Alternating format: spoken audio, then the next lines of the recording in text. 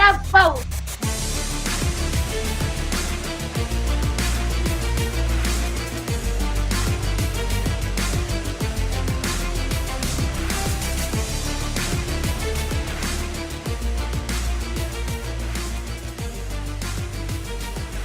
Court is in session with Ryan in Sacktown on If You Don't Like That. Now, Ryan in Sacktown. Oh, must be Rhino.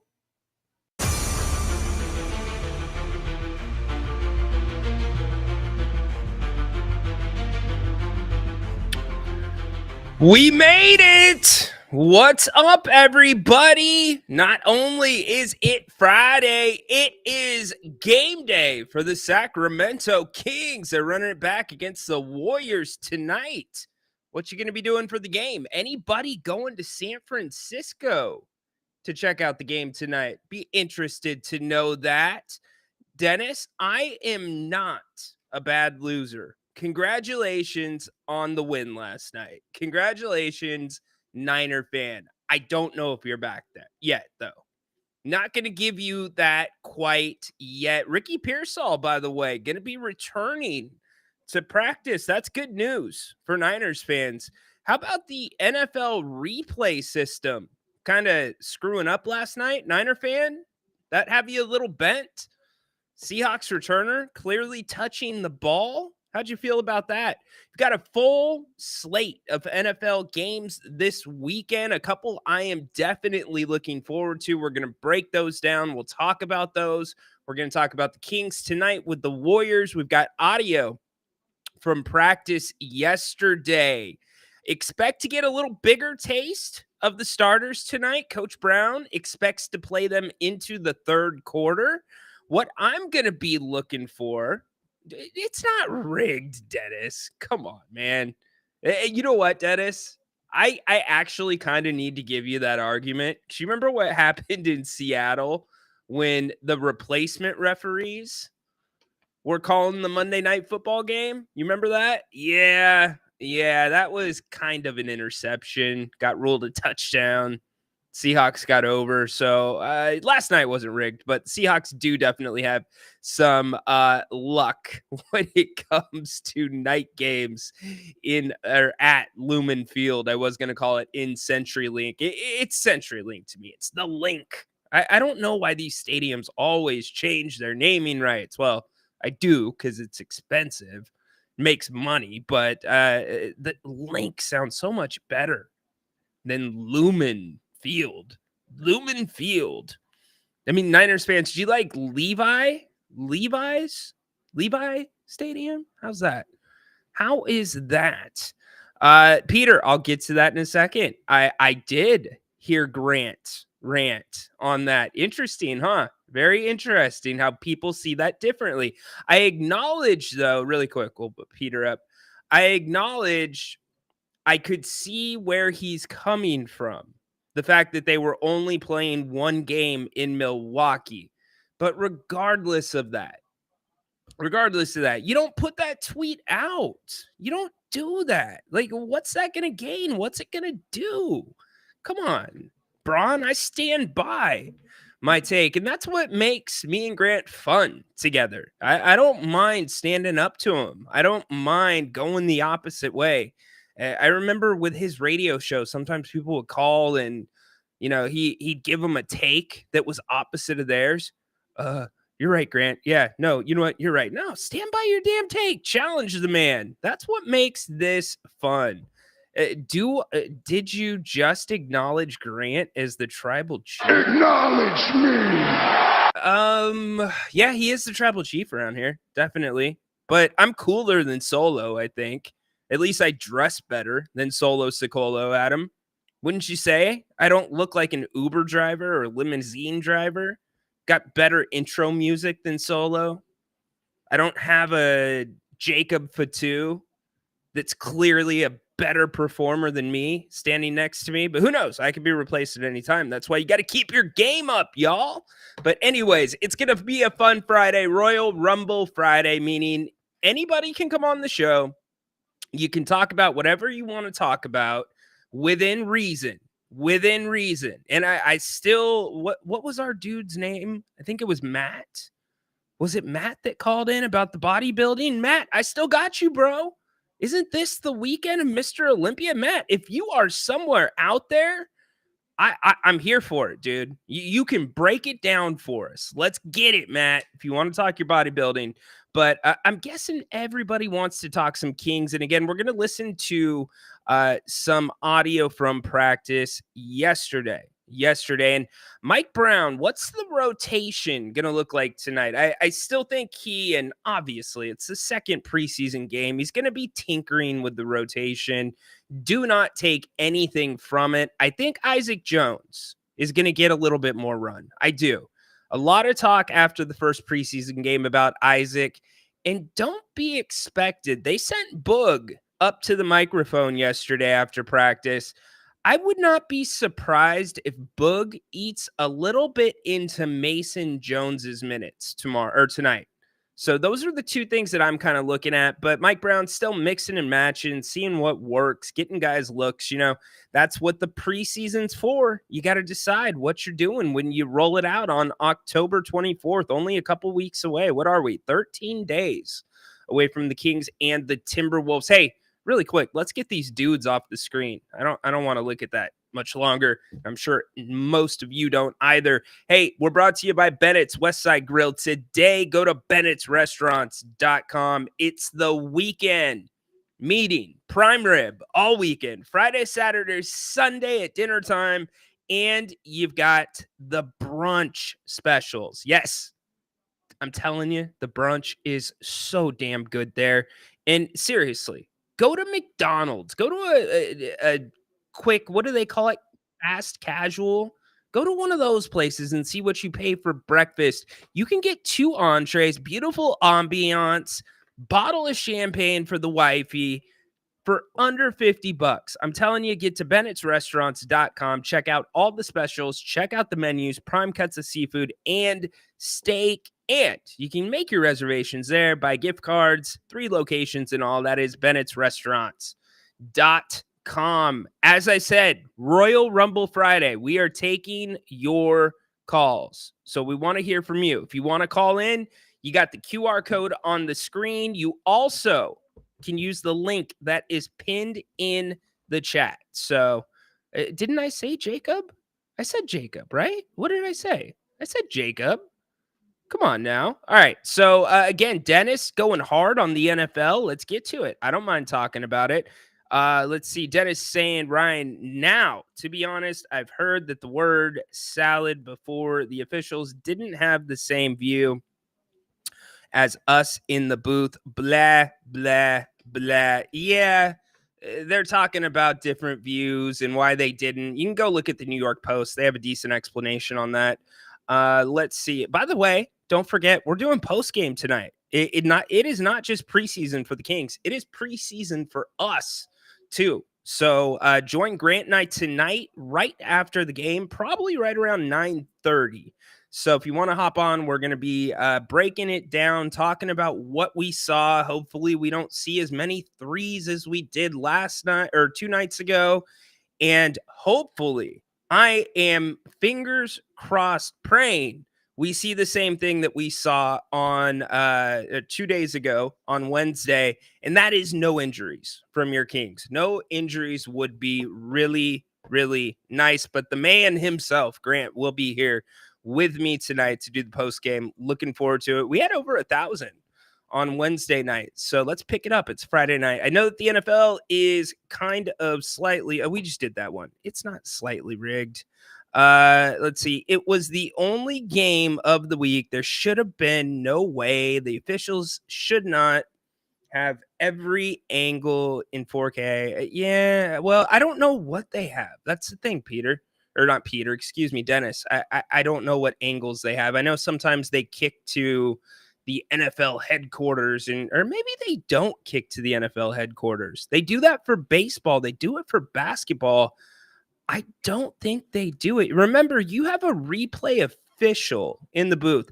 One thing I have been impressed with with the NFL this year is there's been a number of calls, and I think there was one just as recent on Sunday Night Football, or as Sunday on Sunday Night Football, where they ruled it a fumble. It was clearly an incomplete pass, but before a team could even challenge it or any of that, they got on and they said, hey, replay assist has said that that was an incomplete pass. And I've seen that happen a few times. So that's a good thing. I just don't like when the game gets slowed down. Certainly, you got to get it right. And I would always say expect the referees to rule on the side that gives them the most ambiguity in the replay center, because there's certain plays where if you rule it one way, I think a perfect example would be a fumble versus an incomplete pass, especially when it gets knocked out of the quarterback's hand. If you rule it a certain way, then maybe it can't be overturned. If you let the play just play out, then it's open for more looks and you can decide then. But definitely something to look at. Talk about your boy Metcalf not being happy. Yeah, he's had a really good season this year, considering, and I'll be quite honest with you, I did not see a ton of the game last night because my little man was celebrating his 10th birthday. But I did read about it. He's a receiver. It is what it is. That's what they do. DK is a big, powerful dude. I'll tell you this. If DK didn't have Geno Smith throwing in the ball, and take it a step further, if DK was in like a Cincinnati offense, if he was in, I'm not going to say Dallas, Baltimore, even the Chargers, if he was in an offense like that, DK would probably be 2 times more popular and his stats would be twice what they are right now. Seattle's kind of a weird place for throwing the ball, and I'm not talking about the atmosphere. It's just their offense traditionally, and I know we have a new coach this year, but it's different. And when Pete Carroll was there, Pete Carroll, in my opinion, did not use DK properly. What happens is you get into a lot of the slants. They like going to the quick guys, Tyler Lockett, etc. But I don't blame him for being a little upset. I got to talk about this really quick, really quick. And then we'll get back to the chat. We'll talk Kings Warriors tonight from San Francisco. There is a certain place in town. It's my son's favorite restaurant to frequent, which is not Bennett's. My son likes Bennett's. He loves Bennett's. But there is another restaurant in town that is his go-to. And it just so happens that on your birthday at that restaurant, you get to spin a wheel. And every time I've spun the wheel on my birthday, anytime my wife has spun the wheel on her birthday, I don't know, we get like 2 packs of chopsticks. I think maybe she got wasabi one time. But every time my little man steps up to that damn wheel, he takes one of the biggest prizes on the wheel with him out of the restaurant. One time he got a shirt. Another time it wasn't that big, actually. He got sushi rice. And then last night he got a hat. It was a pretty damn cool hat. He got to pick whichever one he wanted. He ended up with an octopus with a crown on it. So here's what I'm telling you. If it's your birthday and you're going to frequent that place of business, you might want to hit my son up for some advice on how to spin that wheel. This kid's got it down. He's got it down cold. Love it. Him and Jenna, the Bambino cannot get on. Really, bro? Dennis. What?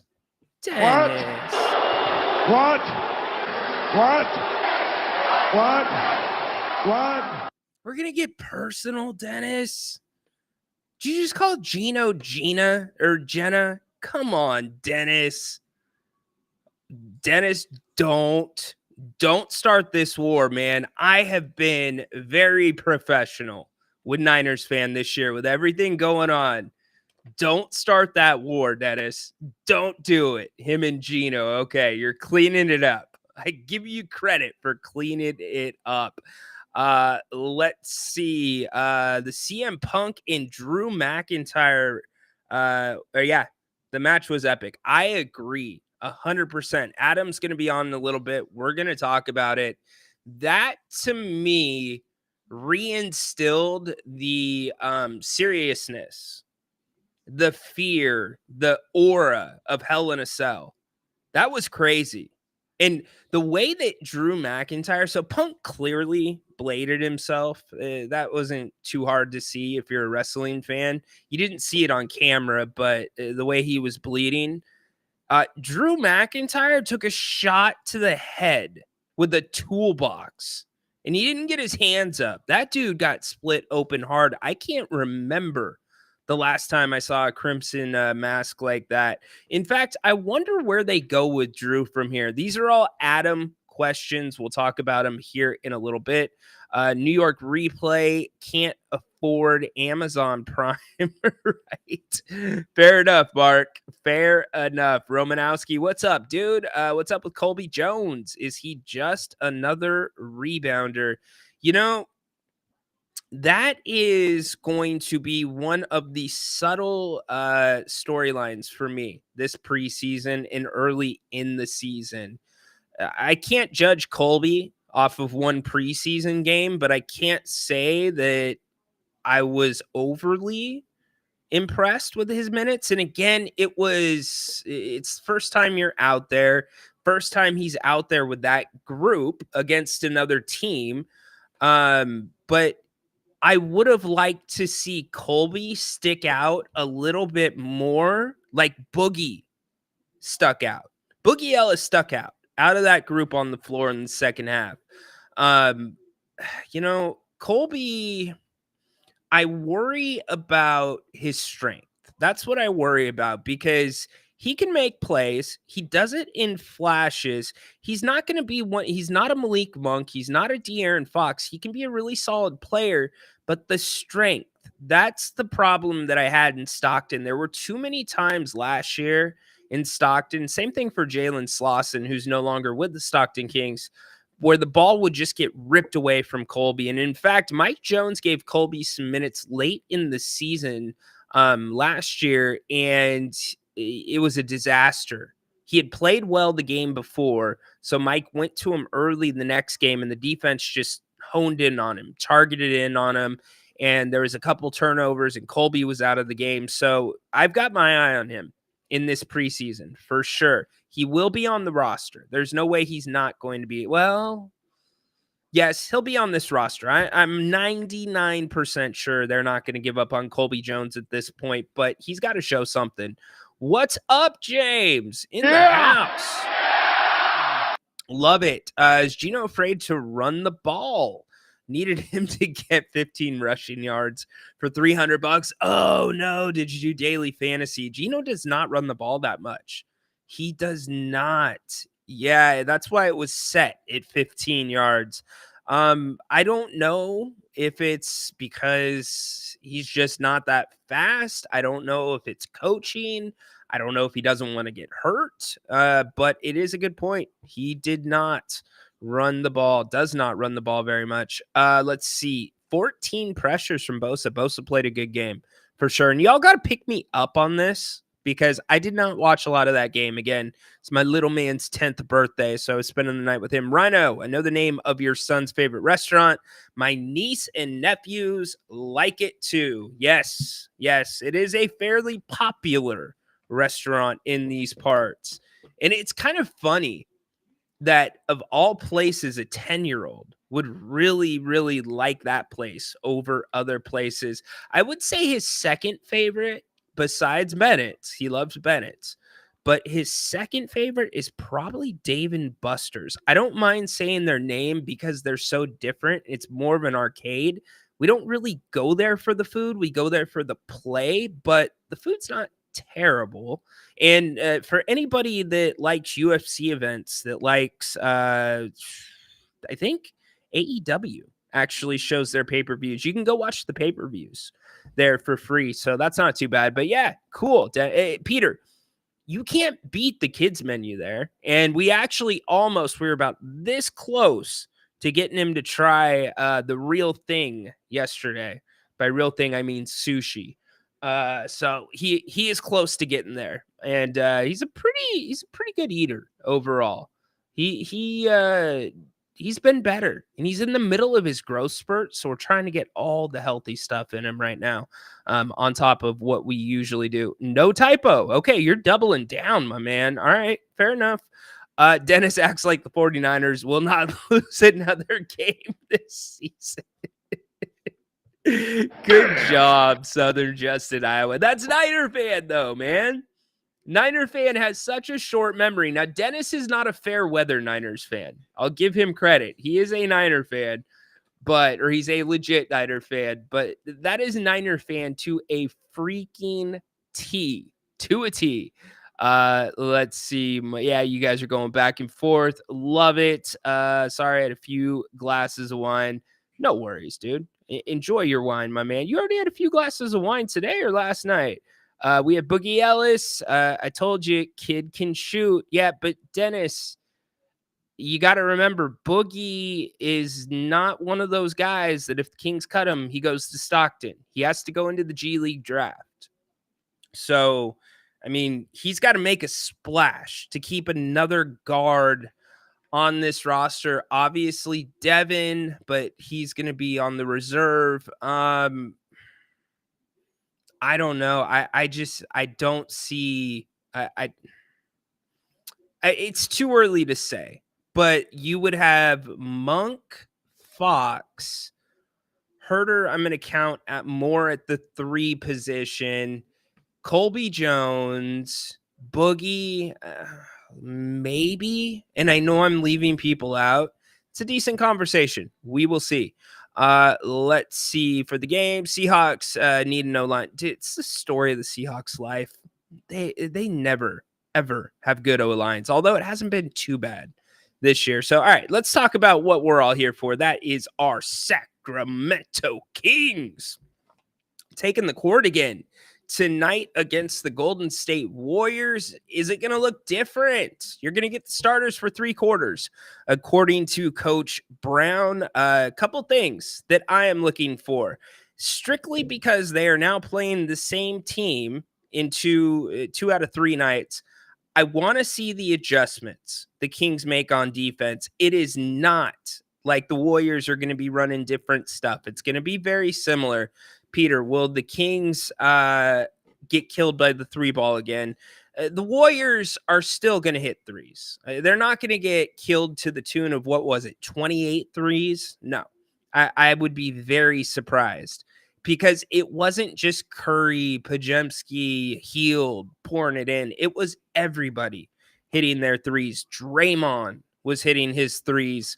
So I think the Kings make a point to drive them off the 3-point line tonight. And I think as I listen to practice, listen to what the coaches said, listen to what the players have said, communication was a very big part of the Warriors having success from beyond the arc. Now, I maintain my take from yesterday that the Warriors made some hard shots. They did. And so if the Warriors make hard shots again, who knows? They might make 20 or 21 of them. But I want to see if the Kings can defend the 3 ball better without giving up too much of a driving lane. Mike Brown, one of the things that is his hot button is straight line drives. Straight line drives, Mike Brown does not like. One of the first 5-on-5 full court scrimmages this training camp, Keon Ellis gave up a straight line drive. I have the audio of Coach Brown.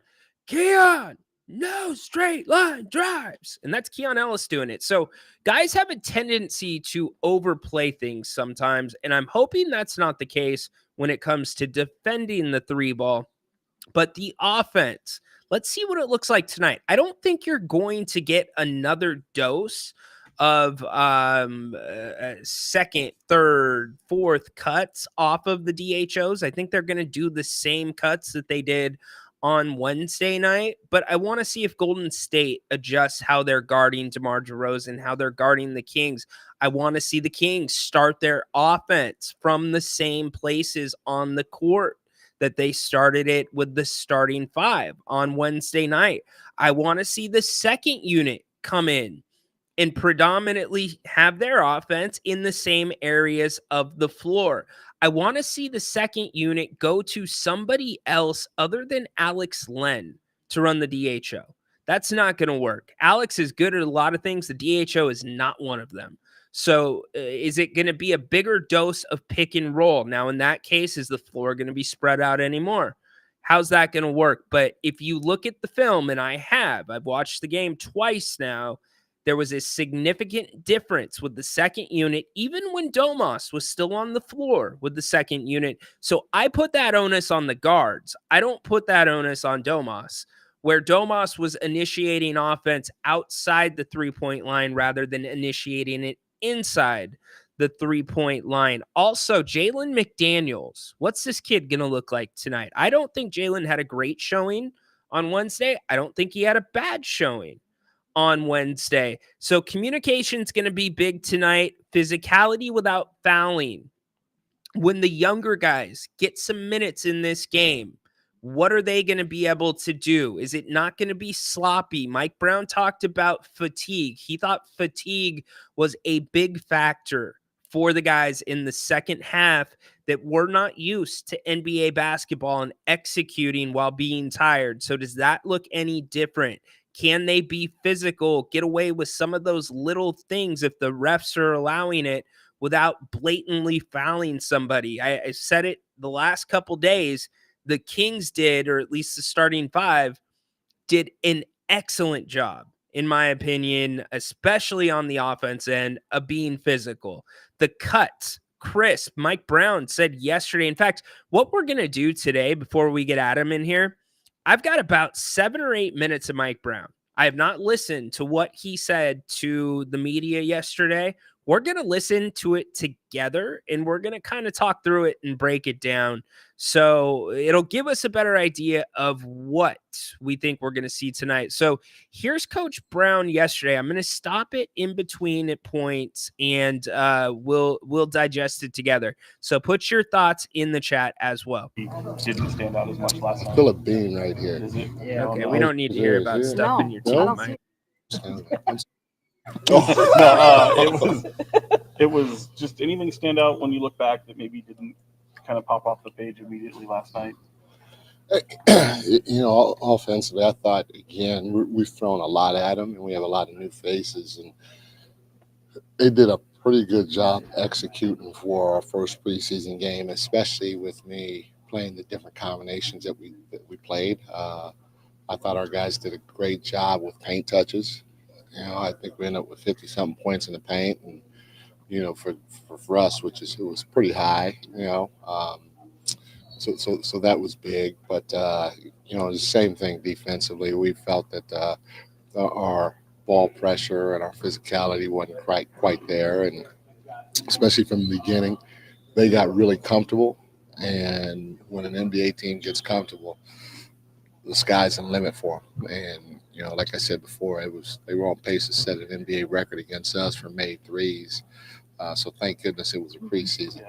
It'd be fun tomorrow to see if we can clean some of that up while not losing too much of what we're trying to do offensively. Some of those things you focus on defensively, especially with the perimeter right there.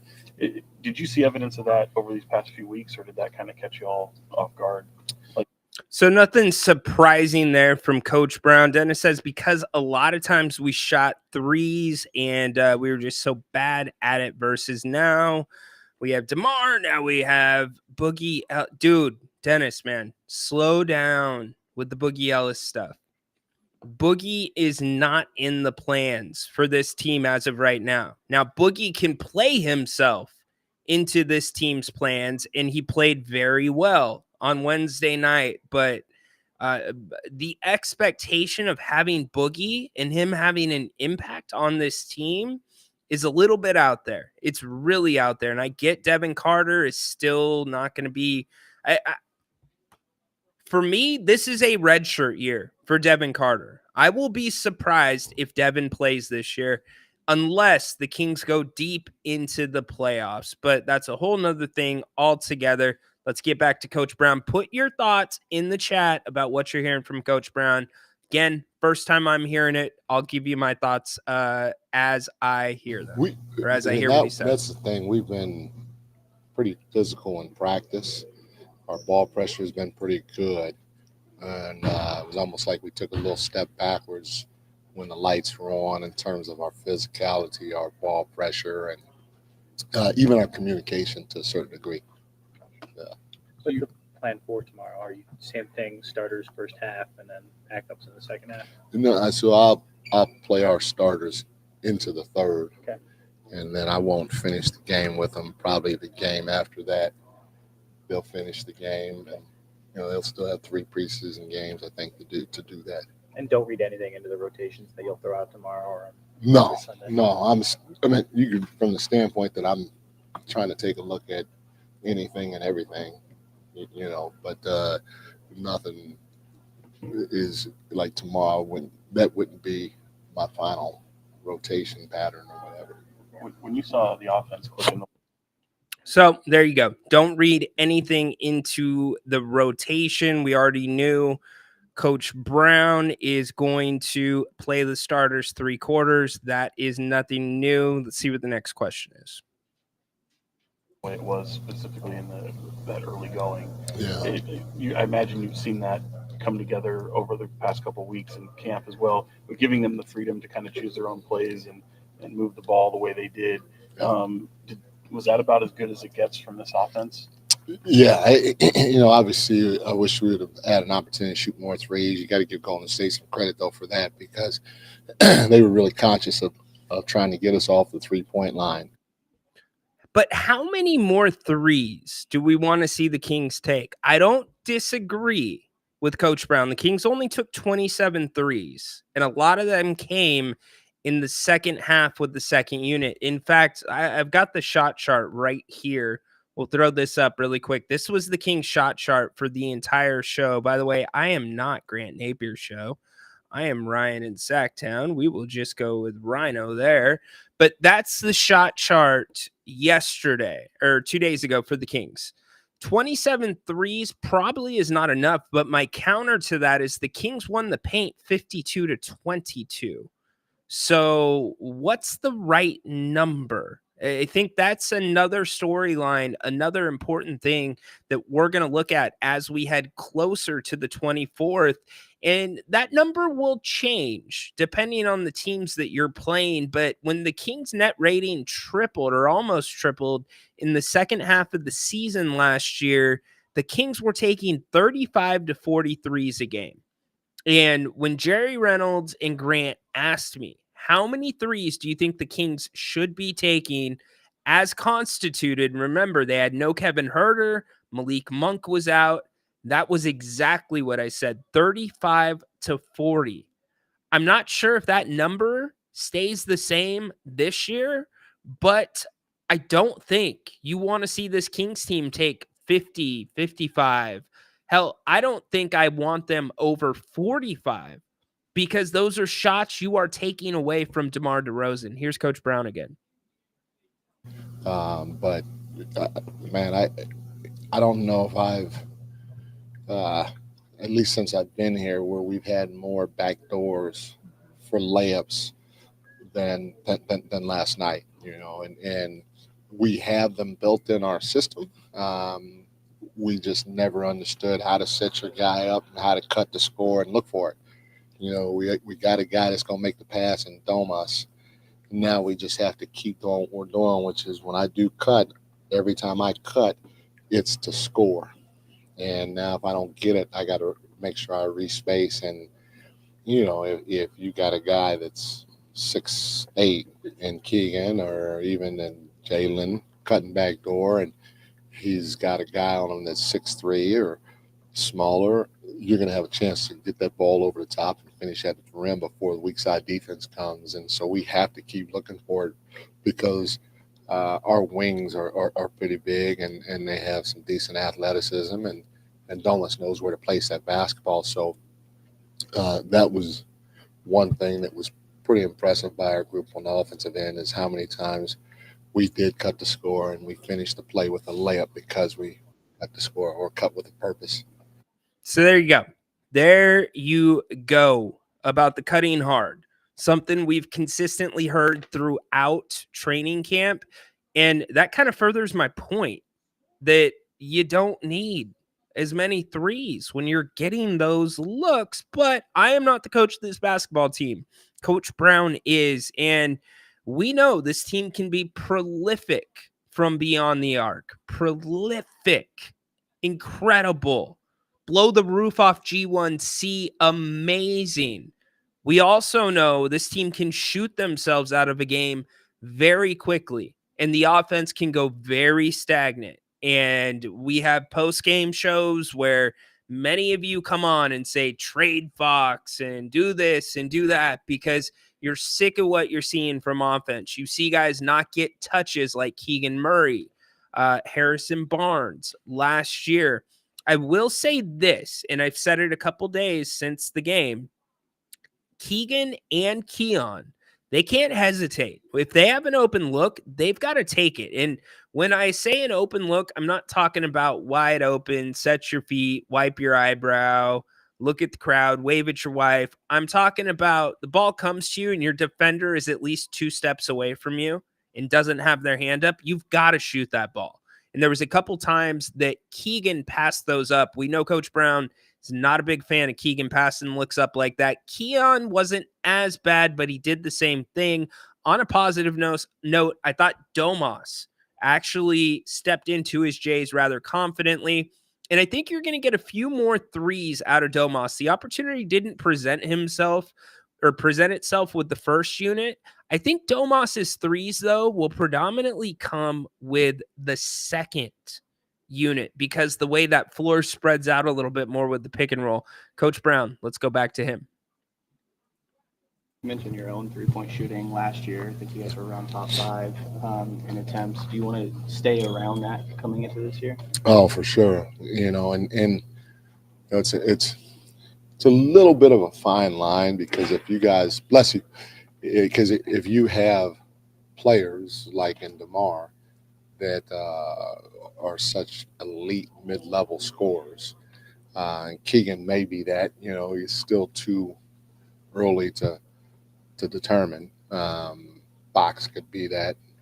Malik can be that. You always look at a shot profile and you think layups or threes.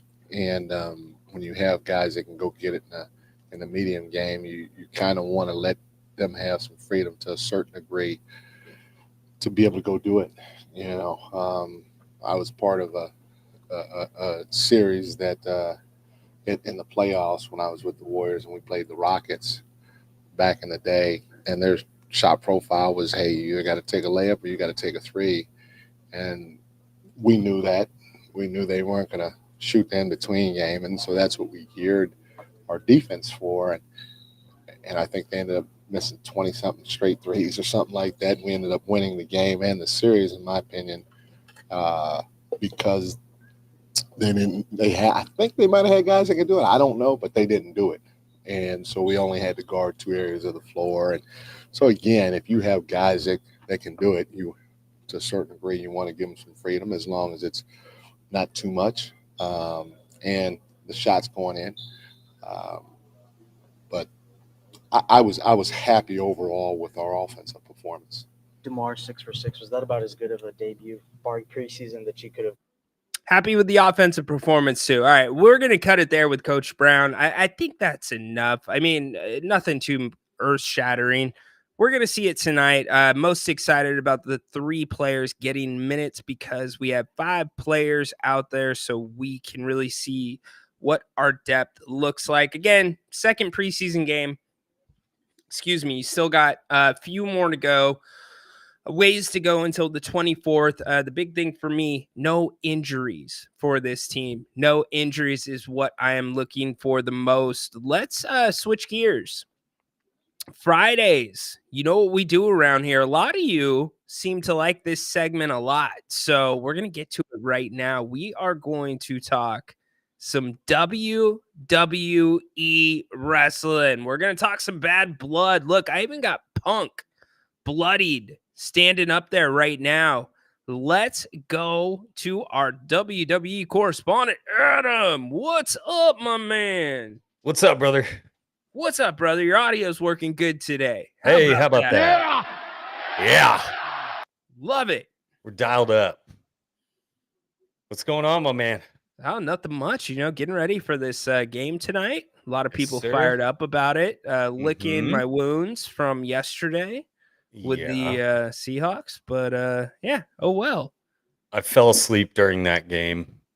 This Central Time stuff, if you don't live on the West Coast, these games are brutal, especially the Kings games. So I'm trying to save my sleep and my energy for King season and not waste it on two teams that I frankly don't care about in the Seahawks and Niners. So I went to bed early and that was it, man.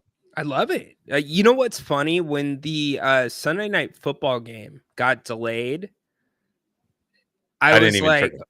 okay, so the West Coast got a little bit of a taste for what the East Coast has to go through because by the time it was in the third quarter, that was right around when halftime would usually be on the East Coast for a regular Sunday night game. But it was actually our time and it was like 9 o'clock, right? And it's like, okay, I get it. It's like 9 or 10, I want to say.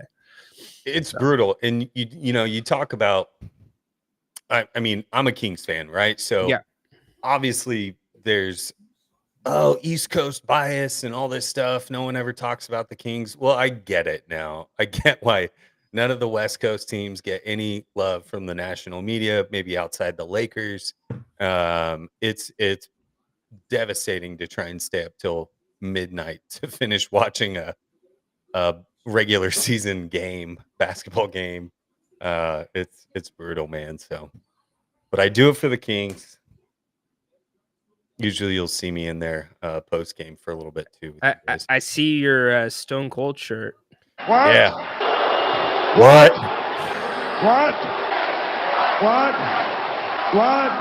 Was there ever a more annoying chat than that?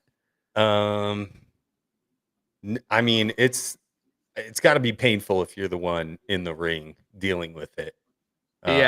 You've seen a couple of people deal with it recently. I think Gunther said something, like, if you're an idiot, say what? And then everyone says what again. But, I'll be honest really quick. I did not think this whole yeeting thing would catch on the way it has.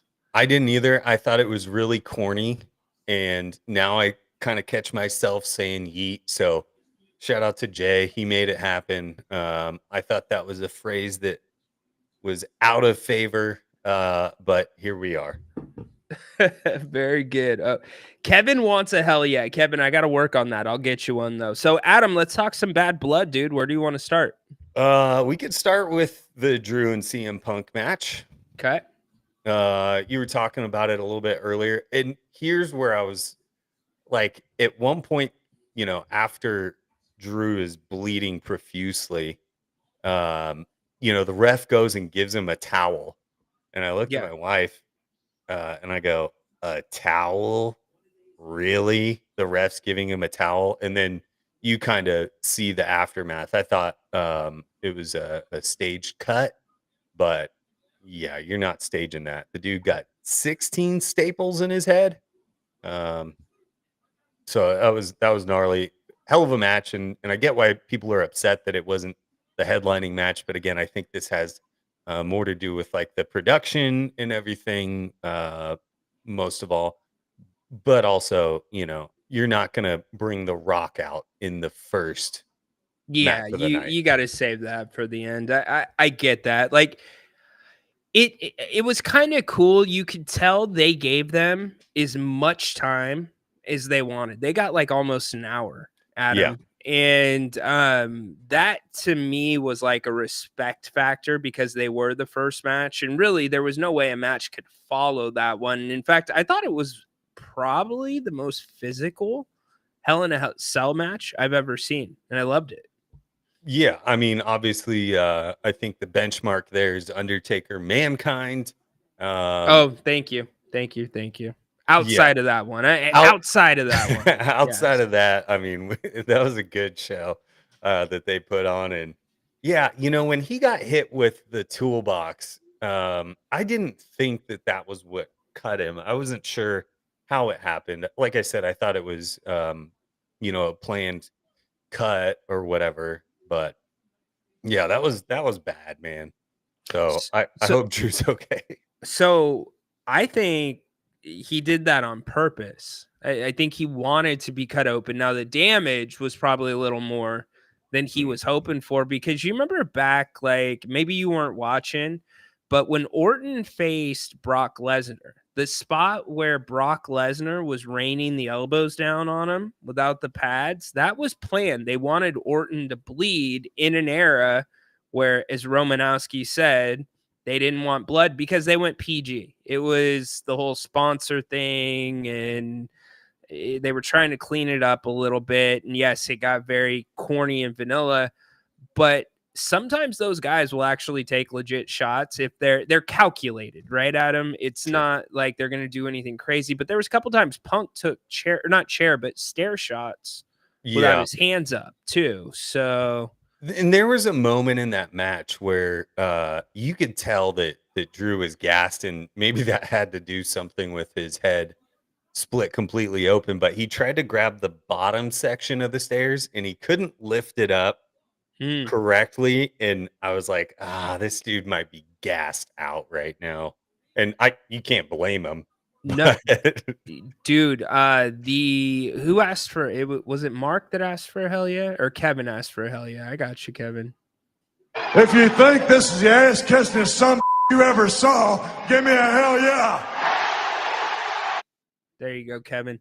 I thought the bump that Drew took right before the finish, where he missed the Claymore, did you see the area of his back hit the edge of the stairs? Oh, yeah.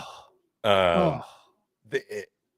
It was, the whole thing was just, it was gnarly. And, like you were talking about, they've overcorrected with some of the violence and stuff like that, but the pendulum is swinging back, and especially with the Netflix deal and all that stuff coming Yeah. around the corner. I think we're getting, and now they're not on network TV anymore, and they can get away with a little bit. But even still, like, I don't want them. This was fine for me, but I think anything beyond this is maybe a little too much. And like I've said before, I want to be able to bring my kids to this stuff, so I'm okay with a little bit more edginess in content and the violence and stuff, but I don't want them to go too far. Fair enough. I shook my head when they brought people out, like paramedics in an oxygen tank for Punk when McIntyre's in the ring, who took more punishment. Yeah. Like, what are we doing? It's the theater. By the way, the whole 2-hour thing with Raw, that was new. I thought that was a mistake this week. I'm like, oh, it was only No. 2 hours. Yeah, so it looks like in January is when SmackDown is going to transition to a 3-hour show, which makes sense. I mean, people, maybe not all WWE fans have to go to work the next day. But most people have to work on Tuesday morning, right? So it makes sense to trim Raw to 2 hours and give us a 3-hour Friday show. I read a comment online recently that said, they're basically saying that WWE fans have no life and that they're not going out on Friday nights, so, which is true. I don't. I'm staying. I don't think so. I mean, there's I think there's a segment when it was on Fox that's true, because it's on network TV. Pretty much, you can get it with a digital antenna. You don't have to have cable, but everybody digests it so different. Like this week, I didn't watch all of Raw. I caught maybe 15 minutes while it was on live, and then the rest I just kind of poked around online, and that was it. So yeah. What other notable matches should we go over from Bad Blood? Let's talk about Bailey and Nia Jax. Let's go there first. Okay. Well, I mean, Botch Fest 3000 there. It was painful. It was painful. In the ring, the Nayakan Rana, as I'll call it. That was gnarly to see. What was the thing that you were hung up on? Oh, yeah, the power bomb. So Nia Jax, she power bombs Bailey just about as soft as you put a baby in their crib, right? And it's on the stairs. And then she just tosses her like on her head into the guard railing, which had hurt like multiple people in the past. Yeah. And I'm like, wait, how can you be that like gentle and then just go to not giving a frick? Yeah. Or what's Kevin's last name? Frith? A Frith? There you go. Yeah, and the Tiffy stuff, like, I don't know. I think we got to have a resolution with that here at some point in the very near future. I was kind of hoping that Bailey would win, and then Tiffy would cash in on Bailey right there, but kind of more of the same. And I don't know.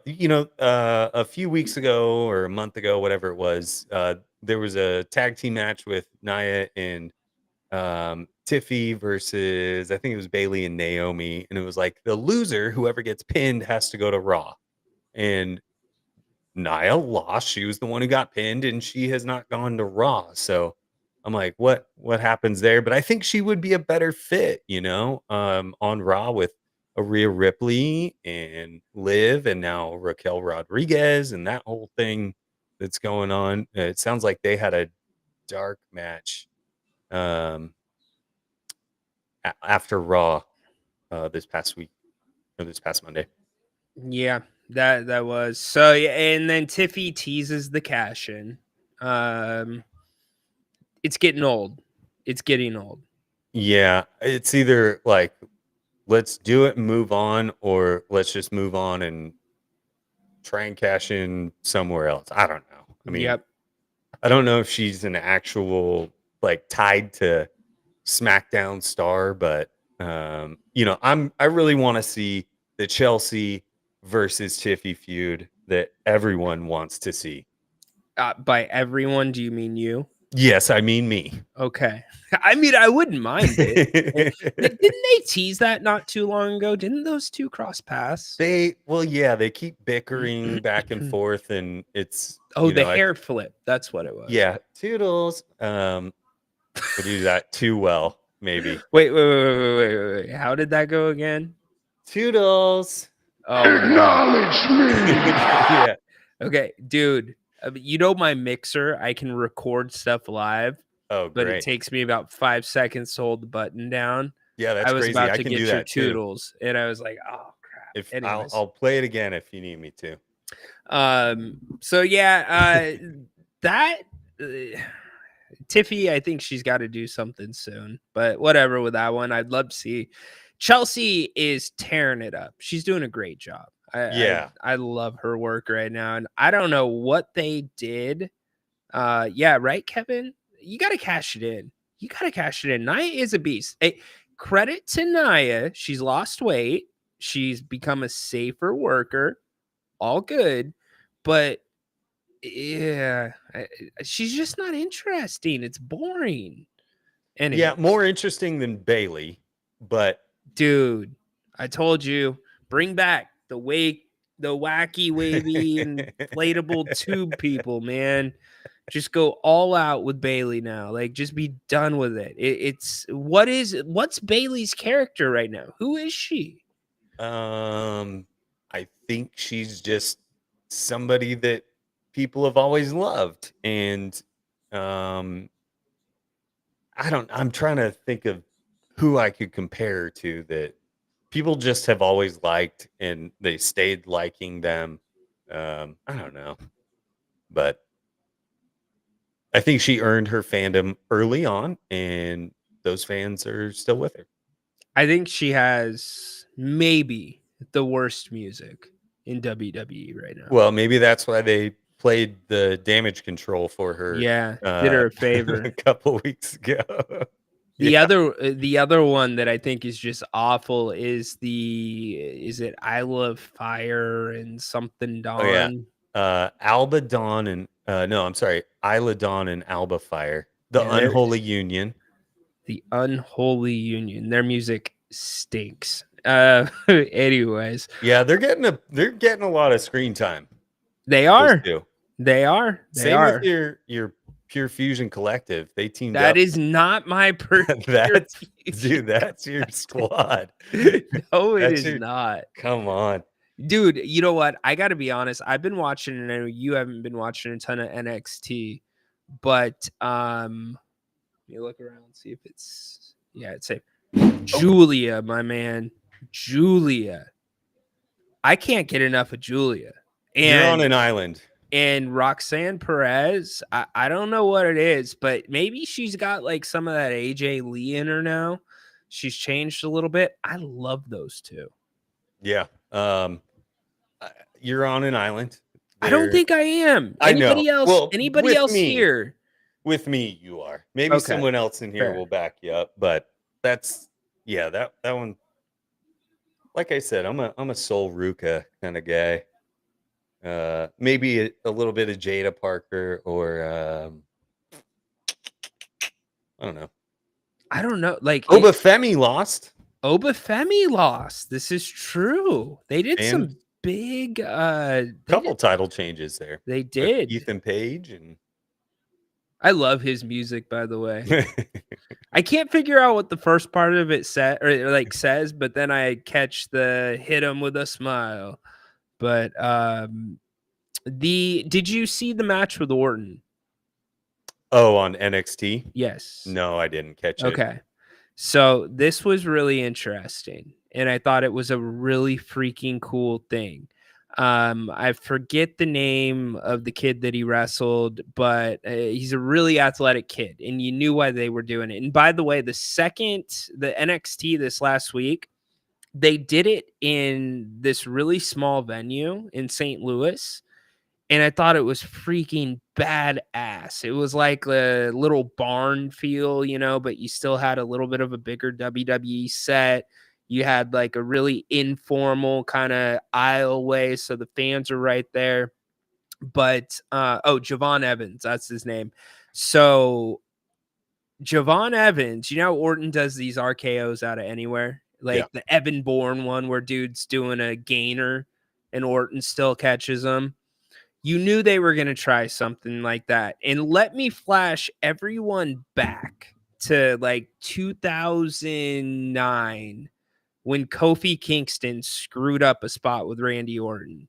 Orton stood in the ring before he pinned him and he's yelling, "Stupid, stupid." And then he pins him. And that's when Orton was a freaking hothead. And Kofi Kingston got like buried after that point. Well, this kid goes he's like doing a spinning thing off of the top rope and he over rotated, and it was the spot where Orton was supposed to catch him in midair for an RKO. Didn't work out. Orton misses, but Orton gets back up, just picks him up, RKOs him, pins him, and the kid's like, you can see him apologizing to Orton in the ring. He's like, I'm sorry. And Orton's like, it's good. And he comes and raises his hand. I thought it was the coolest freaking moment ever of Orton just like evolving. Anyways. Sure. Evolution. The evolution of Randy Orton. No pun intended. No, that's cool. We got Darren in the house. I think Randy may have, I don't know if you'd call it roid rage, but Randy doesn't look all natty to me, if I'm being honest. So maybe that contributed to his attitude with Kofi Kingston in that instance. Yeah, he was kind of, well, Juicy. I'm not going to say no, because they had the wellness policy going on, but he did, you know what? You bring up a point. He did fail a test, and it was his second suspension. Remember, They're a wellness policy. 3 and you're donezo. Unless you're a star, probably. Yeah. Then we can just look the other way. Anyways, all right. I'm gonna give it to you for a second. Breakdown. Let's go with Liv Morgan and Rhea Ripley. Yeah, that match was also sort of a botch fest in my opinion. It was a little bit weird. The whole Dom in a cage thing, I think I can get down with that, but the way he fell out and he had this like chain attached to his ankle that was clearly visible that he didn't go in there with. And so, obviously you had to have rigged himself up. Speak up, Bane. You want me a little bit louder? All right, there we go. It just looked like kind of corny to me when he fell out of the cage, and then Rhea's beating him like a pinata, and then That wasn't. That wasn't. I don't want to say racist, but that wasn't Sure. stereotypical at all. Sure. I know, I get it, right? But there's, that's the analogy there. Yeah. And then Raquel Rodriguez comes out, and I rewatched that clip. You and I were chatting about it, and I rewatched that. There's no way I could have avoided looking at that. It happened 1 foot in front of his face, so it's not like he was in the ring or had his back turned or something like that. It was just really blatant, and they even kind of took a little bit to ring the bell after that happened, I thought. So Okay, so I'll share with all of you what I shared with Adam. I've said that I have a friend that works for WWE. I talk to him every Monday. Before he worked for WWE, he was my college roommate. Once we graduated college, we always talked on Mondays. So we keep the same routine. And so now I kick him a couple of questions and I'm like, what happened there? And he's like, that wasn't the finish. The ref just improv'd it because it was right in front of his face. Because what Adam and I were talking about was the fact that Raquel Rodriguez, after the bell rang, pulled Liv over Rhea. And it's like, what? yeah, and she caught a lot of flack for that online, and probably rightfully so. I did not recognize her when she came out immediately. Yeah, I did. She didn't look that much different to me. Yeah, I thought she maybe slimmed down a little bit. She used to be pretty like jacked. Maybe not Okay. Rhea sized. You think she went cardio a little bit? I think she was injured. I forget which it was. It was a back injury or something like that. Yeah. And she probably just had to chill out and rehab a little bit. So fair enough. I think it was a knee. It was a knee injury, right? Gosh, I can't remember. I don't remember. We should know these things. But what are we doing? That's sort of where I like brother. That's sort of where I like a Rhea Ripley getting the title from Liv, and then you could have a Raquel Rodriguez that's more believable to me to defeat a Rhea Ripley. So I don't know. There you go. All right, let's go main event. We know what it was. Cody and Roman. Can we talk about one thing before the main event? Yes, please. Go ahead. The crown jewel belt. Oh, yeah, let's do it. Give me your tip. Right. The thing is oversized and weird looking, and I'm okay with that. I think it should be because it's like the king of all kings, PTL. But I have an issue if the belt is only defended at this one pay-per-view event. If let's say, okay, I think the way it's going to go, I think Gunther beats Cody for this belt and he holds it. But let's say, like I'm also sort of predicting that Drew McIntyre beats Gunther for his title later down the road, which will set up a Punk versus Drew WrestleMania, SummerSlam, something like that. But if Gunther gets beaten and loses his heavyweight title. Does he? Obviously, he's got to give up the crown jewel belt as well. So does it just sit on No, the you shelf? don't. No, you don't. It's like the That's AEW thing, like with the MJF and the AEW diamond ring. yeah. I don't know what that You hang means, on but to it. Yeah, so it's something they wrestle for once a year. okay. I hate it.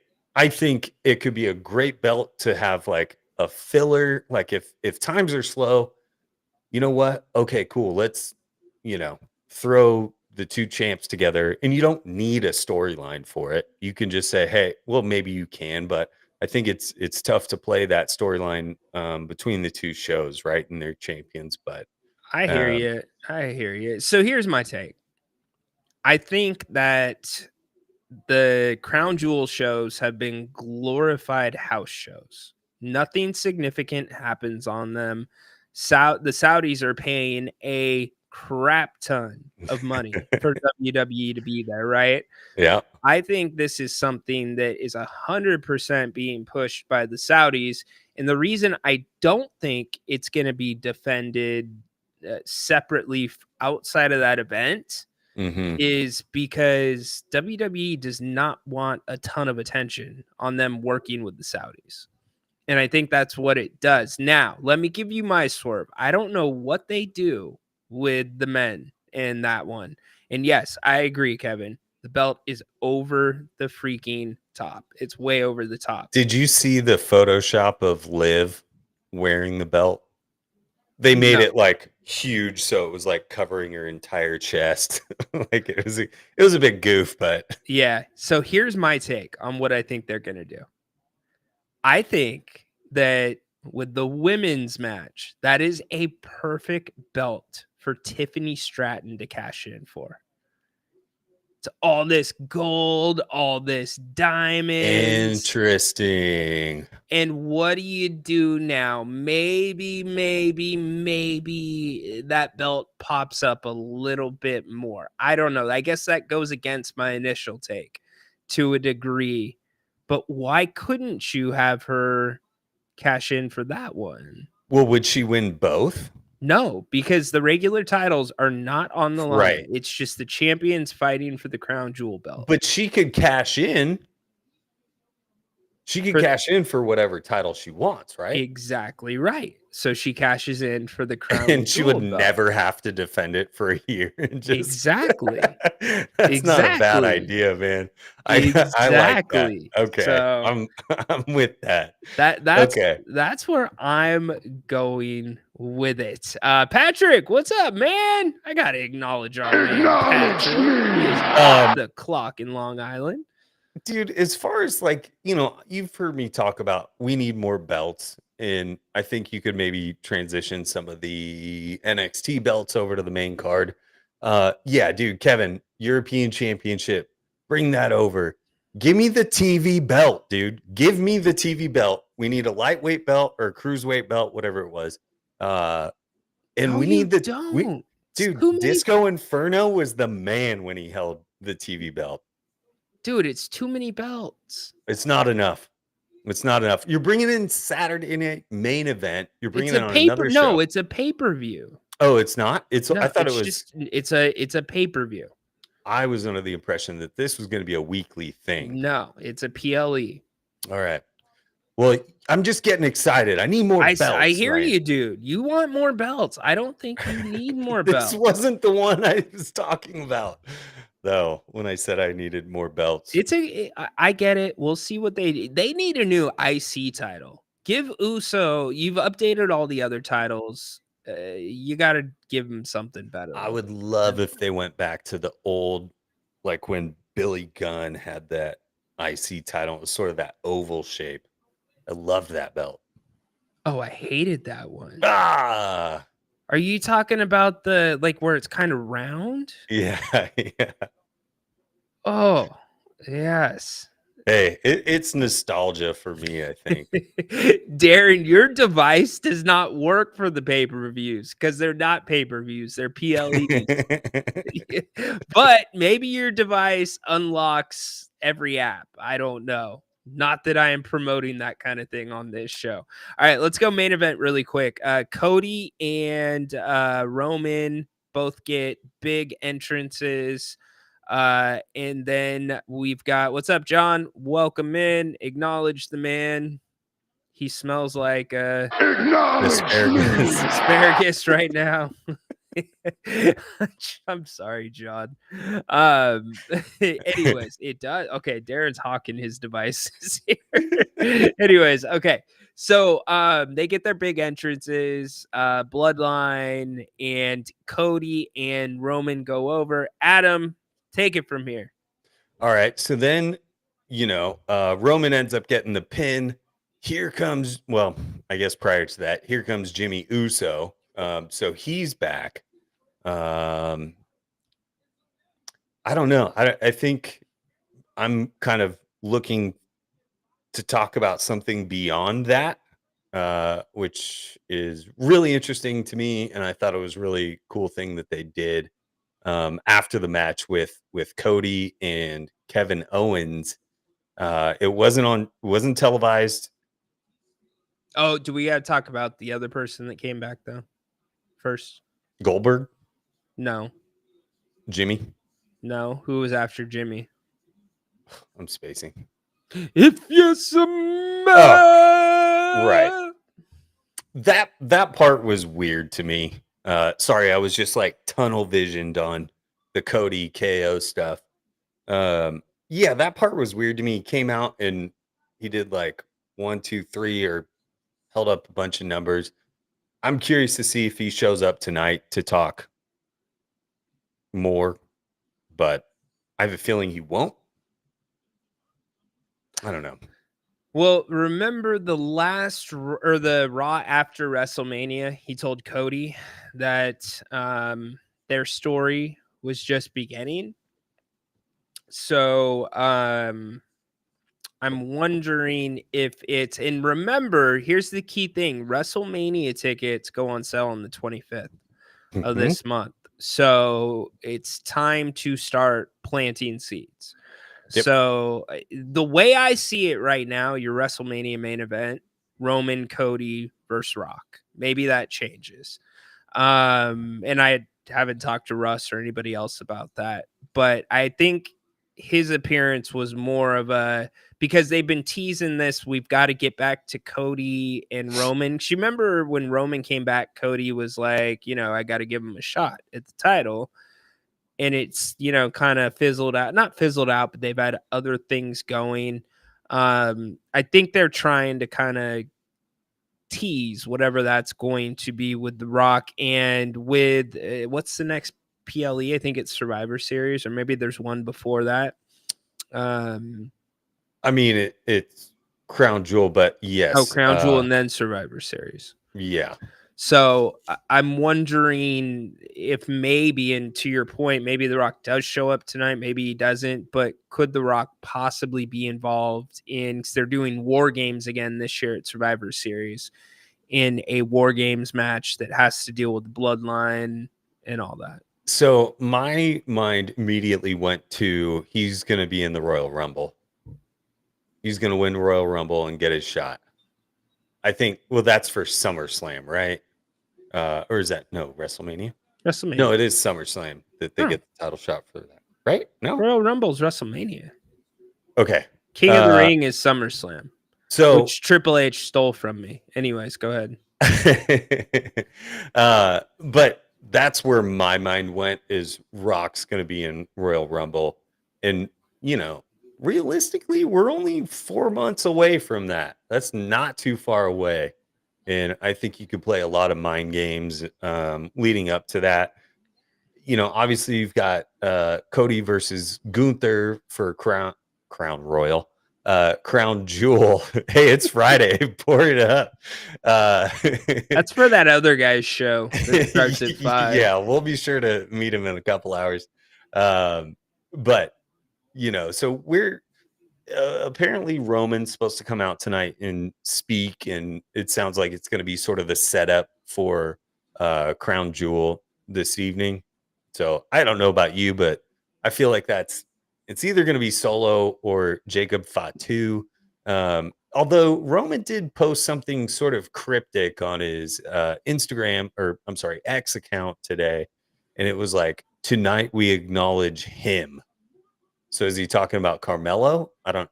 But so maybe it's The Rock that comes out and he says he's the real. I don't know. I Well, I remember don't see The Roman. Rock coming out. Well, you remember Roman was talking. Remember how Roman in the Bloodline, like Jimmy was always the one that Roman was on. You know, like just kind of Jimmy could do nothing right. Well, when Jimmy came out, there was the moment in the ring where Roman's like, "You did that for me. You did You that called for the me. play. You called the play," you know, and then they hug and whatever. So maybe they acknowledge Jimmy.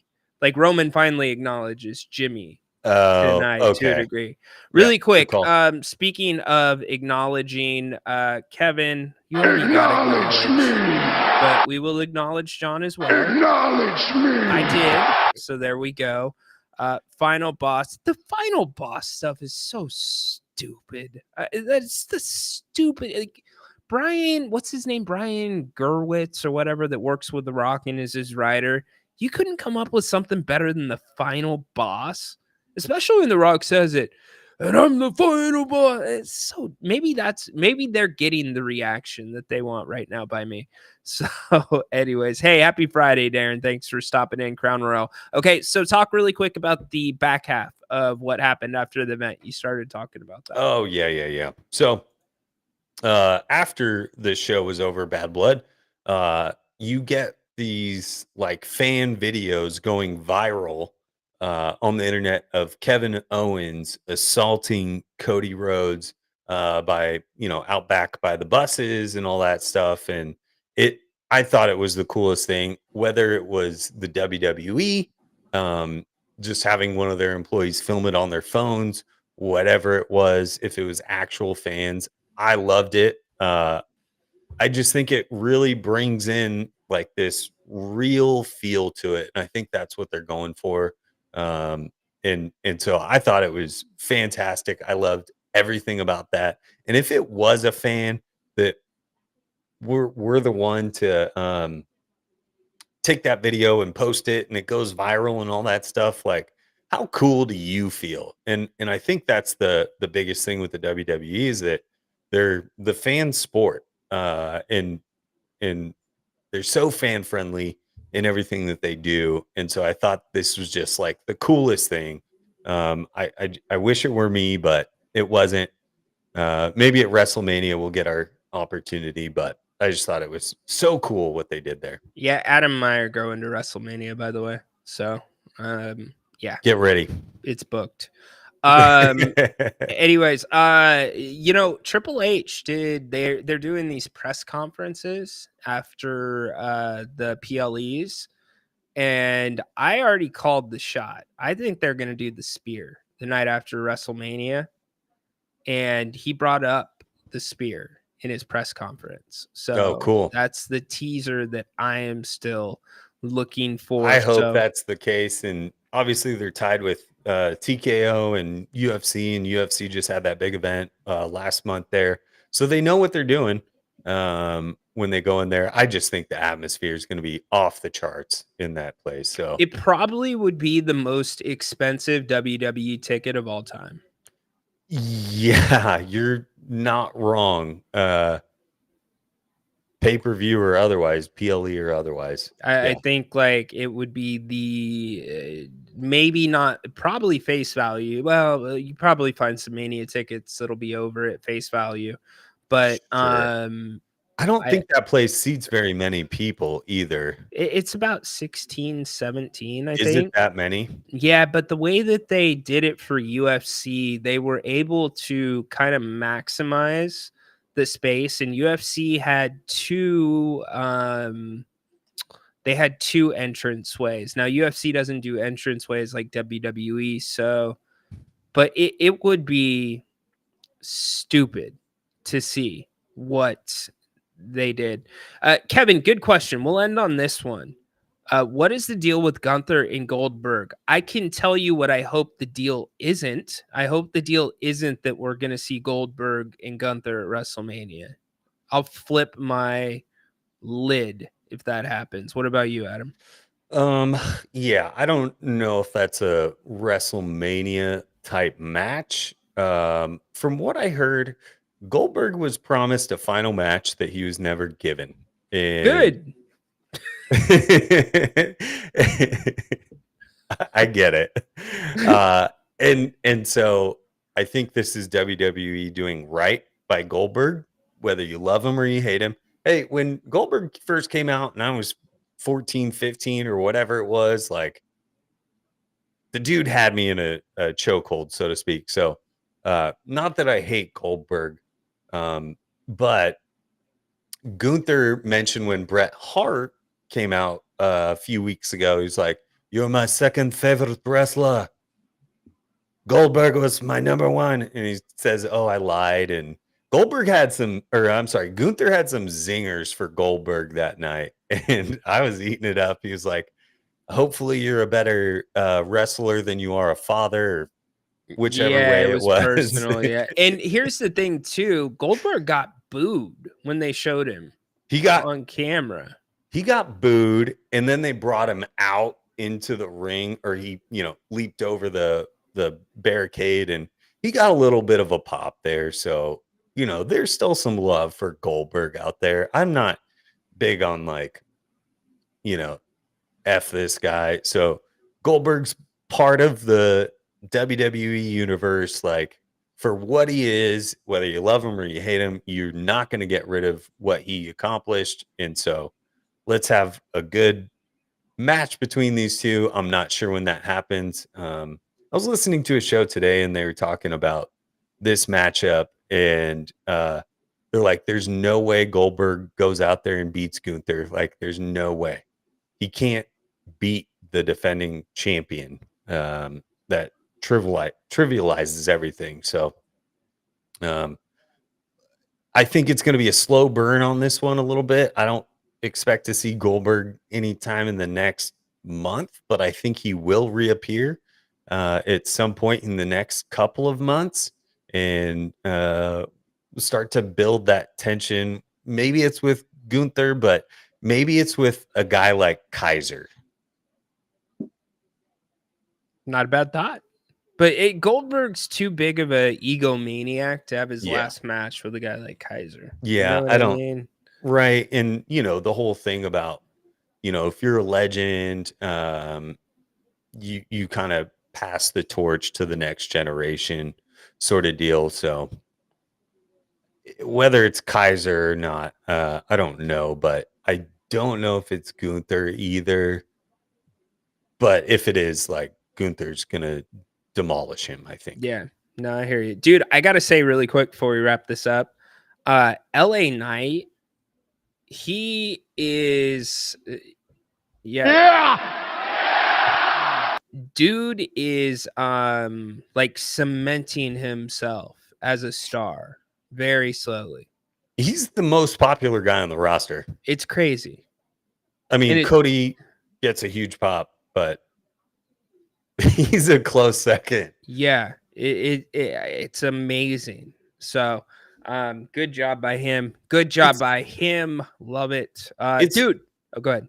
It's kind of wild that LA Knight, I think, is 41. He's my age, and he's just now like making a name for himself, which is kind of a bummer, right? Like, he's sort of on the back end of his career. He's probably got some years left in him for sure, but God, man, like, he found that magic in a bottle, I suppose, and that's what the coolest thing is to me with LA Knight. Better late than never. Better late than never. Tell everybody where they can find you, brother. Yes, sir. All right. You can catch me at The Casual Guy Cast on YouTube and Twitch. I recently just started broadcasting on X as well, and you can find me on X at Casual Guy Cast. No the on X. It was too many characters. But I've been doing some broadcasting live on X as well. I'm doing wrestling shows. I've recently started doing daily fantasy sports on Thursdays for NFL. So if you're into playing DFS stuff on like DraftKings, typically is where I do it. Tune into that. I love doing DFS. It's really fun, and I like getting good bargains on things on the DFS stuff. So, yeah, check them all out. Let me know what you think and throw it in the chat.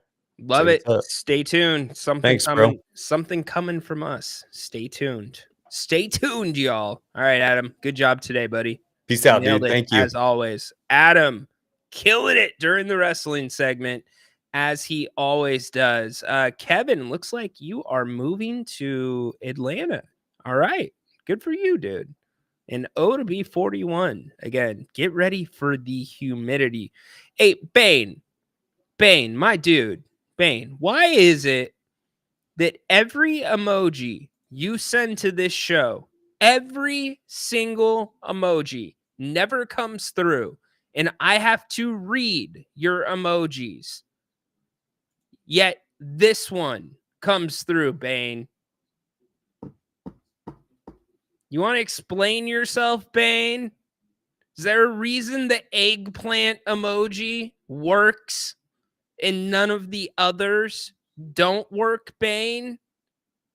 Come on, Bane. Now, I'm not sure. I'm not sure if they have eggplant, but I can promise you that my favorite place, Bennett's Westside Grill, has prime cuts of seafood and steak on the grill. 3 locations in the area. What you can do is go to bennettsrestaurants.com.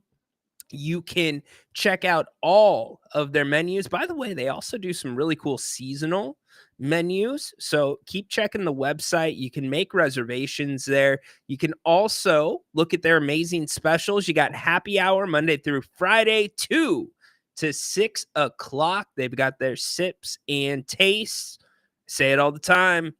60 different wines by the glass. And it's not like Sutter Home Zin boxed Chardonnay. No offense to anybody that partakes in those. They've got good wines like Rombauer. Also, Weekend Brunch, one of my favorites. And check out the redfish. The redfish is killer. The blackened redfish. Now, I'll give you a little secret. It's not actually red, but it is really good. So make sure you go check them out. That is Bennett's Westside Grill in Rockland. You can look at all the locations, menus, specials, buy gift cards, make reservations at bennettsrestaurants.com. All right, we got post game tonight. We also, I know Haunted Horse is going to be dropping in here in just a couple of minutes to talk some NFL. We'll go through the schedule. Oh, you're going to double down, Bane. You're doubling down on the emoji, Bane. Come on, Bane. Bane's my problem child in here. Like, if I was an elementary school teacher, I was a teacher, he's the kid that would, like, put stuff on the back of my shirt, glue a tack to my seat. Yeah, that's Bane for you. Anyways, make sure you join us back tonight. Bane, I'm just playing with you, buddy. Join us tonight for the post-game show. We're looking forward to that. It's going to be a lot of fun. Grant will be there. I handled the responsibilities on Wednesday night. We will be back together. Thankfully, all is good in Southern Florida for him, and hopefully all is good for anybody else in Florida right now.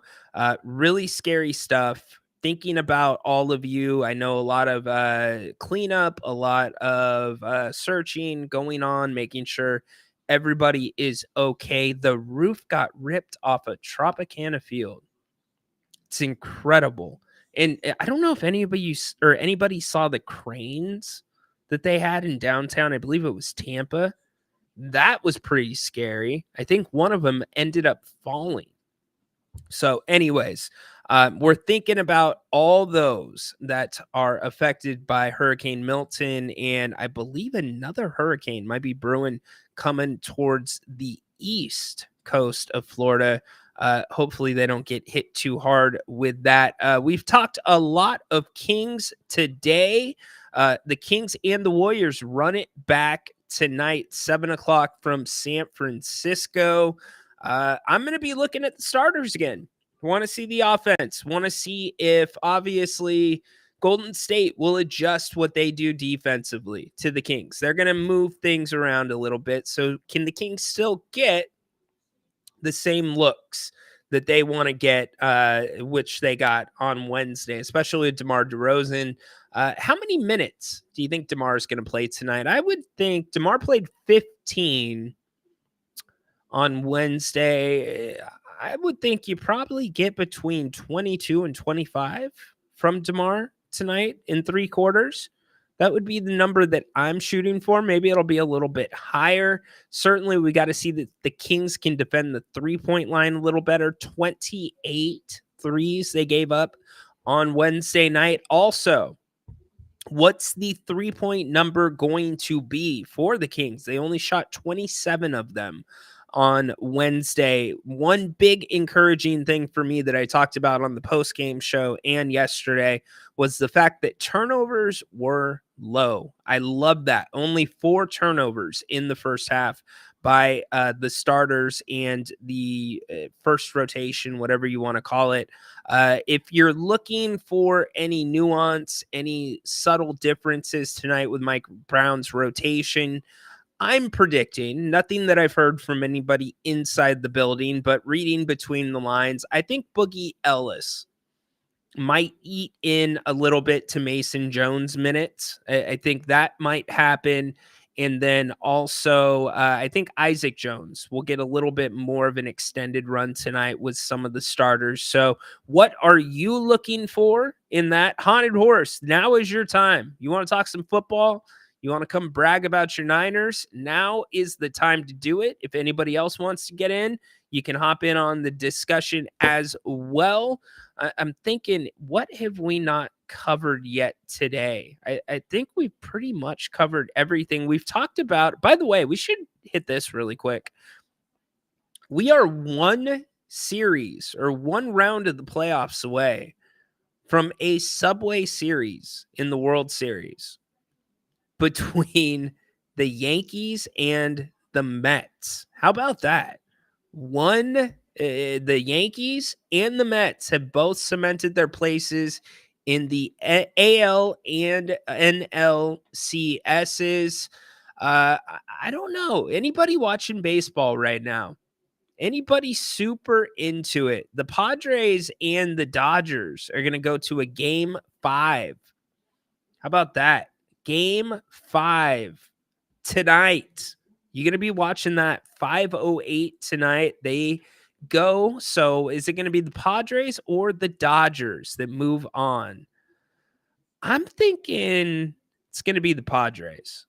Dodgers usually choke this time of year, and they've come pretty damn close to choking this one away already. A lot of Dodgers fans upset about a call a couple of games ago, although Freddie Freeman came out and said, no, I would have done the same thing. They didn't have a huge issue with it. So you got that going on before the Kings and the Warriors tip off tonight. Also, you've got the Tigers and the Guardians tomorrow going to a game 5 in the ALDS to take on the Yankees. So who comes out of that one? That should be interesting. The Guardians were the 2 seed in the playoffs. I'm with you. I hope they lose as well. Hey, Ryan, how about those Seagulls? Is that the laugh, Bane? What Seagulls, dude? What Seagulls are you talking about? San Francisco Seagulls? I don't know. Oh, the Seagulls. Bane, you got to do better than that, man. You know how many times I've heard that? The Seagulls, the Sea Chickens. I get it so much from all you. Patrick, been watching a little bit of it. The prospect of a Yankees Mets World Series would be something, right? Because the Mets have just been in the dumps. Like the Mets have been in the tabloids year after year. They sold the year before at the deadline, and now this year they make a run. They get hot at the end of the season. That's what baseball's about, right? It's about whoever can get hot at the end of the year. And I just think the Padres, they're so damn explosive.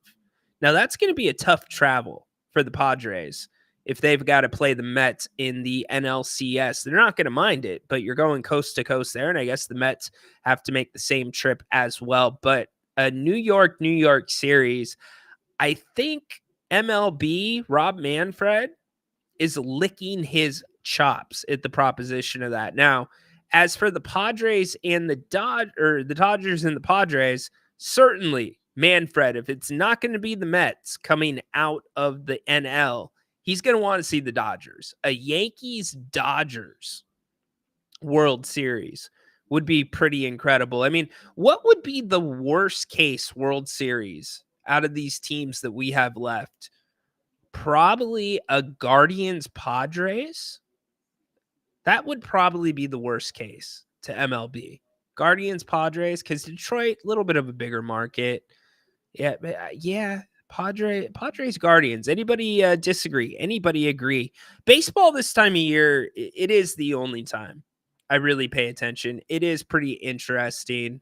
The pitching, though, I'm with Grant. It is so annoying. Detroit's starter a couple of days ago comes in the game, starts the game, end of the first inning. Somebody is already in the bullpen throwing by design. Nothing the pitcher did wrong, by design. So that's kind of weird, the chess matches that go on there. But a Subway Series, that would definitely get America's attention with everything else going on in the world of sports. Haunted Horse, last call. Haunted Horse, I want you to be part of the show. If you want to come on the show, now is the time, or else we are going to wrap up, my man. By the way, little update from around here for those interested. Got the garage door fixed today. Do you know how hard it is to move your entire garage out in a single day? That was difficult. I'm going to be sore from that. I wish I could have had some help with that. That was on me. And there's some heavy stuff out there. I know my wife's aunt does not listen to this show, so I don't mind saying it. Get your stuff out of our garage, please. Now. We are not a storage facility. Get your stuff out of our garage. Thank you. All right. Haunted Horse, you coming on, or else I'm going to talk some football really quick, and that's going to be a wrap. All right, we're going to talk really quick about the NFL, a couple of games that I am looking at this weekend. What games are all of you looking at? Certainly the Niners last night knocked off the Seahawks. I think the marquee matchup that most people have circled is the Washington Commanders and the Baltimore Ravens in Baltimore. Is that game going to be a shootout? Is Baltimore's defense going to show up? I just don't know. Baltimore usually has a really good defense, but they've been giving up a lot of points. And Jaden Daniels, he is the real deal. Real deal. So I've got that one circled. We can go down the spreads really quick. And don't forget, get your picks in for the Yahoo Fantasy Pick'em League with Grant and I took Seattle out of pride last night, lost that one. You've got Chicago and Jacksonville in Chicago. Line for that one is -2.5 for Chicago. That's not a big surprise. How do you feel about this line? I think this one's tricky, and I'm watching this game closely as well. Green Bay and Arizona. And that is at Green Bay. Green Bay is a 5-point favorite there. Green Bay's offense has looked better, but they didn't play particularly great. Now, they got it together in the second half in LA last week, but 5 points, are they 5 points better than a Arizona team that just knocked off the 49ers? That Arizona offense is confusing. Sometimes they run the ball. John Connor, really, really effective. And also, they can be explosive as hell. What about Marvin Harrison Jr.? Didn't have a big impact last game, but he has had some big games already this season.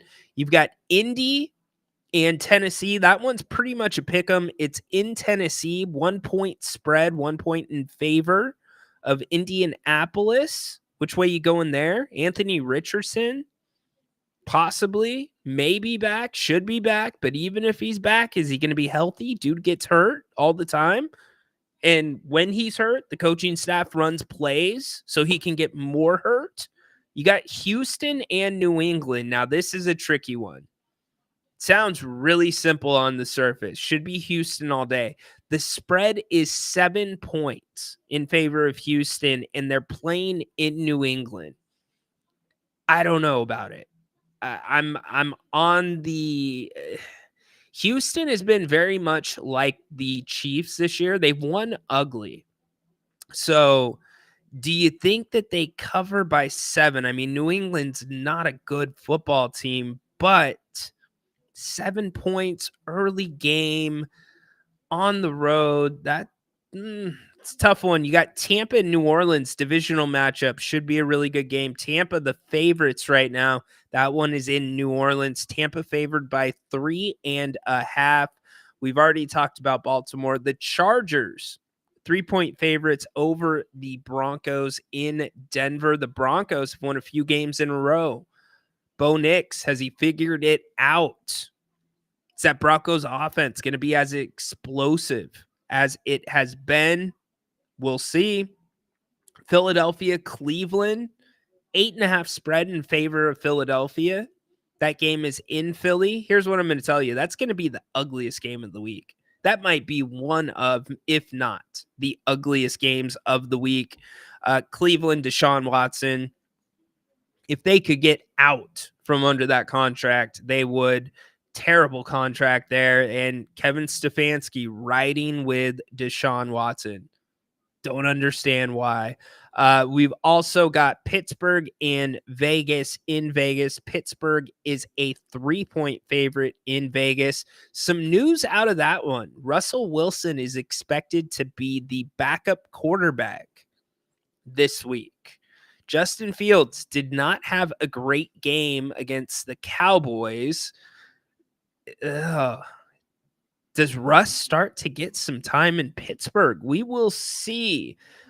Detroit and Dallas at Dallas. Detroit is a 3-point favorite.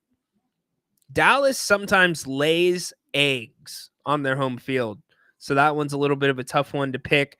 Atlanta in Carolina. In Carolina, Atlanta's a 6-point favorite. Cincinnati at the Giants. Cincinnati is a 3.5-point favorite. I'm going to go with, and this one's tricky to me. Remember, my upset last week, and I was right, was that the Giants would beat the Seahawks in Seattle, and they did. I said, I didn't even say that they would cover the spread. I said they would win outright, and they did. I think the Giants win this game. I do. And Patrick, dude, can we talk about Malik Neighbors really quick? Why is everybody in New York freaking out? Because this dude went to a concert while he was in concussion protocol? Who the hell cares? Are you supposed to stop living your life if you're hurt? I don't get it. Everybody's body reacts differently to a concussion. Obviously, loud noises and bright lights don't bother him. What's the big deal? He did it on his own time. That one to me, and that's the New York media for you. This kid Neighbors has done everything right. He has handled the New York media perfectly. He has come out, given that team an attitude, in my opinion, that has been much needed. An underachieving team, a mediocre quarterback who has played better the last couple of weeks. Much better the last couple of weeks. Get off Malik Neighbors for that. I have no problem with it. And then Buffalo, 2.5-point favorites at the Jets. Remember Jeff Ulbrich taking over for Robert Saleh. And play calling has been taken away from Nathaniel Hackett. So even though Saleh was planning to do that and got fired, it still happens with Ulbrich as the interim head coach. So which way you going there? I don't know. Patrick, your DBs looked good against Seattle. They did. Can they do it 2 weeks in a row? I'm going to say the Giants beat Cincinnati. And I'm probably going to regret it because when the Giants lay eggs, a lot of times it's at MetLife Field. I think the Giants beat Cincinnati. We will see. So let me know which way you're going. I guess this haunted horse guy is not available today. I saw him pop in really quick and he popped out. Oh, well, we're going to wrap it up. Been a fun week. I appreciate all of you for coming in and making it a great time. It's awesome. Can't tell you how awesome it is to have Kings basketball back and something to talk about. You guys know what we do. We cover the Kings night in, night out for you. Make sure that you are subscribed here to If You Don't Like That. That is where all of our television programming, YouTube programming can be found. Make sure you hit that QR code if you are not already subscribed.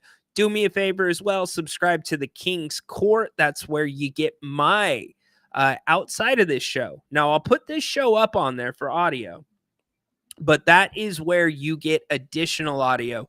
Morning shoot-arounds. I give you my insider thoughts. I give you also the stuff that I am hearing from my sources, stuff from the building. So make sure that you are following me on the X and then also subscribed on your preferred podcast platform, Apple, Spotify, Amazon, whatever it may be. And again, be back tonight. We're going to be doing a post-game show for the Kings and the Lakers. That's probably going to start right around 9:30. We might, by the way, pay attention to our social media accounts, because if that fourth quarter turns into what last game's second half was, we might start the pregame a little bit early. So stay tuned. We've got it scheduled for 9:30. If the fourth quarter is competitive, then we'll wait till the end of the game and you can tune in then. But we'll be live on X and YouTube. Grant will be here with me. That'll be a nice treat. We'll be taking your calls, also taking your comments in the chat. We had over 1,000 people, by the way, on Wednesday night. So would love to have you back again. And I went solo on that one. I was solo. So we're going to have Grant with us tonight. Really looking forward to it. Last comments of the day. Get them in. I can't believe the haunted horse dude was here and then he bounced. Maybe I hurt his feelings. Niners still have issues, but Seahawks have more. So you're commenting. Are you not coming in, bro? Do you have the link? I saw you pop in and now you popped out. You going to come in and say hi to your fans, dude? And pimp your show? I guess not. All right. How about them Seagulls? Here we go. Yeah. So he's junk talking. You can't find the link. You were here, dude. All right. Let me get this guy in here really quick. He loves coming on Fridays. And I know all of you like to get your little dose of haunted horse. Here's the link, buddy. Come on in. Read the chat. Yeah, dude, you just put it in the chat, my man. You have not been in the chat. Philly got there. Oh, okay. Okay, here we go. Here's the man himself, the one and only haunted horse. What's up, dude? No, the link, dude. I sent you Marco Polo. It disappeared. It wasn't Really? there. So I was looking for it and I was waiting for you to see the chat. So anyway, I showed you Marco Polo. Apparently, if you leave and come back and too many people chat, the link disappears. Interesting. I went into my Google Chrome history and it's not in the history either. So I was trying. Okay, fair enough. On Well, here, welcome I was in. not dodging you. I thought you didn't want to talk to me because of last night. Oh no, see, I don't dodge people. No, you don't. Like you dodge bets. You should have took that bet, dude. I told I you that still was won't- gonna happen. Dude, I wouldn't even make the bet now. We're not going to Why win would the you division. not make the bet? We do not look right. We don't look right. Well, Even you're last night, I thought it was an impressive win. Something is not right with this team. We are not right. So you guys just had a bad night. Or bad. We did. The legend. The legend. Yeah, right. Yeah, my first wife and second wife really think I'm a legend. Legendary prick. Did you see the video going around of Kyle Shannon? Oh, you did. I sent it to you. I heard it, but I didn't see it. I was listening to it in the background. I had something to do. That was funny though. I only caught about 15 seconds and It's pretty realized funny. it was parody or whatever. Yeah. That was funny. That is funny.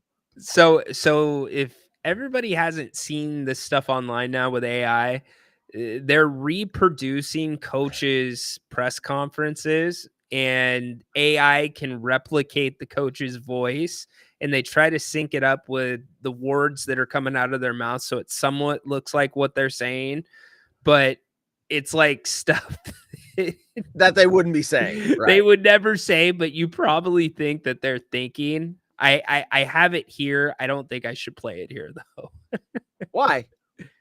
There's it got profanity in? I can't remember. Yeah, there's a lot of profanity. All right, that's fair. Play it on my show. I could play it on your show. Yeah, there you go. Play it Tuesday. That's funny. It's funny shit. I just said the S word. Sorry. So yeah, you know what? I'm happy with the win last night. I think Geno Smith doesn't throw that pick there. I think they probably score a touchdown. I just think that we are not clicking right. And then the injuries again. Injuries. They're still happening. Bad injuries. So and it's affecting my bets, which makes it even worse. So Mason, he's in there 9 runs, 73 yards. And I've got him down for 2 touchdowns because I thought they were going to run the shit out of the ball against the Seahawks, which they did because his backup, Isaac Guerrero, comes in 10 carries for 99 yards. But I was counting on Mason to get those 2 TDs and not Kittle. So, yeah, it affected my betting, and he tried to give it a go, start of the third quarter, 1 run. Something was, I wonder if he didn't dislocate it and they popped it back in and he wanted to see if he could go. But when you're a running back and you got that amount of pain in a shoulder, that's every freaking run. You're going to be. So by the way, it came out today. He has a sprained AC joint. Okay. I have sprained my AC joint before. It is incredibly painful. And then you take a mallet and hit it every 2 minutes. Like a player running into it. If you sneeze, if you twitch, I imagine it hurts so bad. So everybody, the AC joint, on your shoulders where you've got that little bump right here, that's your AC joint. And so what happens is that gets sprained and it comes up. So actually, I'll let you in on some inside rhino. I have a torn rotator cuff. I've had one since college. And part of the reason with my shoulder that it's been messed up is I separated my AC joint. So one of my shoulder bones still comes up and it couldn't go back in. They have to saw it back down. Damn. But what I'm saying is the AC joint sucks. Like if you ever broke a collarbone or anything like that, it's similar to that kind of pain. Wow. What's the ETA on his? It's pain tolerance, dude. But I mean, when does the pain start to lessen? Are we talking weeks? Are we talking? It took me off the football field for 5 to 6 weeks. Oh man! But the good news is they've got backups that seem to do well. But it's also, again, he's a pro football player, so it's different. Like they can do a lot of things. But if you were 5 to 6 weeks, I would imagine 2 to 3 probably. If the pain is that much, I mean, he tried to go in the beginning of the third. I'm guessing. Was that haunted horse shit? Yeah, I'm guessing. What's interesting is I did not know that that's what that was. I've got like an arthritis in there that's been bothering me for the last couple of years, and of course I'm too, thick-headed to go into the just deal with it. But I did not know. I know exactly what you're talking about. Those 2 pieces meet right there. Yep. And I've got pain there. I'm starting to get arthritis, dude. It's fucked up.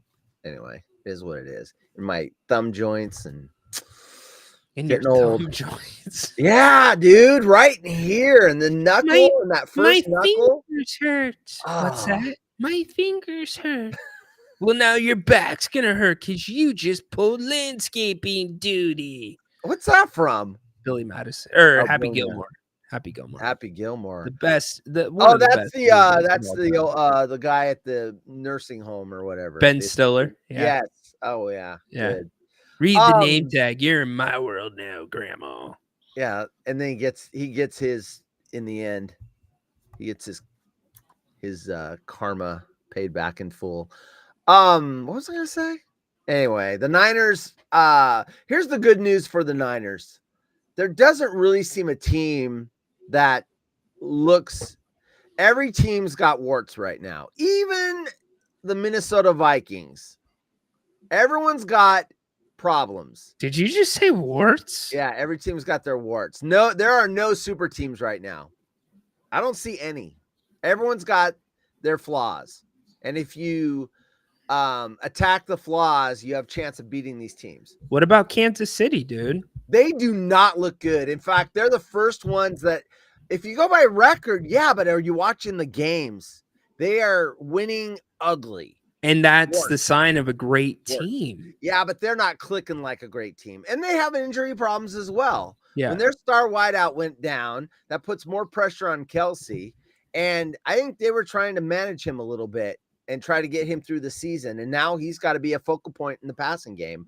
Whereas before, what's his name? The speed racer guy that caused the 6-car accident. Anyway, whatever that dude's name is. Being without him, I mean, they do have the rookie, but now he's going to get the attention of all the number one corners, whereas he was probably getting the number 2s. Fair enough. So, but he's fast. So anyway, they've got, and running back, I forgot about that. Their star running back is out for another, I think it was 4 to 6 when he broke his leg, I believe, or broke a bone in his leg. So he's out, Pacheco. So every team, they're winning. Look, I'd rather win ugly than lose brilliantly or lose for sure looking great. So they're doing the right thing. But even Minnesota, they've got their pros and cons. And so, that's the good thing going for the Niners is just if you can just plod along and win games, win them ugly and get healthy. Just don't be the worst team in a bad division. Right. I don't think they are. I think the Rams, talking about injuries, the Rams are more injured than we are. Yeah. Rashid Rice, thank you. I'm getting so bad at pulling names. I used to name movies and I could name the 7 actors and actresses in the top leading roles in the movies. Now I'm like, did you guys know? Did everybody know Haunted Horse was in a movie? Yeah, I was. Yeah. With Robert De Niro and Wesley Snipes and John Leguizamo. Yeah. The Fan. It bombed so bad. You know what's interesting about that? I have not told you this story. So opening night on that movie, of course, I was on that movie for 4 days, filmed a lot of little exterior shots, and I was background extra and everything else. Oh God, there's my close-up, Mr. DeMille. Yeah, you don't see this in the movie. You see my car a little bit, but driving a white Saturn. And we're doing 4 days. And so the movie opens up and I'm driving down to my mom's house in San Francisco on opening night. So I stopped somewhere either in Eugene or Medford, Oregon, and saw the show times and I went to see it and I watch it and I'm like, oh, like at the end of the movie, I'm like, there were like 4 scenes where I thought I'd be in it. They're all cut. I saw the front bumper of my Saturn coming out of the tunnel. I'm like, that's me. And it's like, yeah, but dude, I wouldn't change that for anything. I don't even care if they cut all the scenes out. It was so much fun. If I could do that for a living, it'd be the best thing ever. Love it. Yeah. Love it. So what you got this weekend? It's 4 o'clock, dude. And you're still kind of we're gonna get ready to wrap up here in a second. That's why I wanted to get you in. What you got going at 5 o'clock, buddy? Weird news. The Fridays on my show are like yours. Just a lot more relaxed, a lot more goofy. Me being more goofy. And I got some weird news. And you missed some real good stories last night when you were having dinner. Yeah. I had some really good ones. You would have loved them. They would have, you would have been like, oh, why are we talking about this? Yeah, they were great. That's the brand. Good stuff. Yeah. Anyway. Yeah. I'm ready for this weekend, dude. Yeah, I'm not. It's Liam Palooza. and Right. Liam Palooza is a very busy weekend for me. I'm telling you right now. Let me give you some. There's nothing you can do about it. There's nothing you can do about it. But let me say this: as an only child of the baby in the family, my mom was the baby and their siblings, and I was an only child. I got spoiled a lot. I have a picture somewhere of a Christmas tree that's about a 7-foot tree buried in presents. You see the top 12 inches of the tree, and there were 2 presents for everyone else's one. And when I mean everyone else, I mean the aunt got 1, I got 2. The uncle got 1, I got 2. The cousin got 1, I got 2. They were all for me, and it's ridiculous. And I'm telling you, it becomes a problem later in life when you have to manage your own money later because you don't have impulse control. You see something you want and you use a credit card, or you find a way to get it when you haven't saved for it or don't have the money for it. And it took me decades to break the habit of not putting it on plastic. I'm telling you right now, it's going to be a problem. So for those out there, my son is the only grandson right now on both sides, and his nana, which is my mother-in-law, she throws him. If you've ever seen Billy Madison, that is what these parties look like. Or the toy with Jackie Gleason and Richard Pryor. Minus the swimming pools. She brings inflatables in, but she goes all out. I've seen videos of his parties, and I'm like,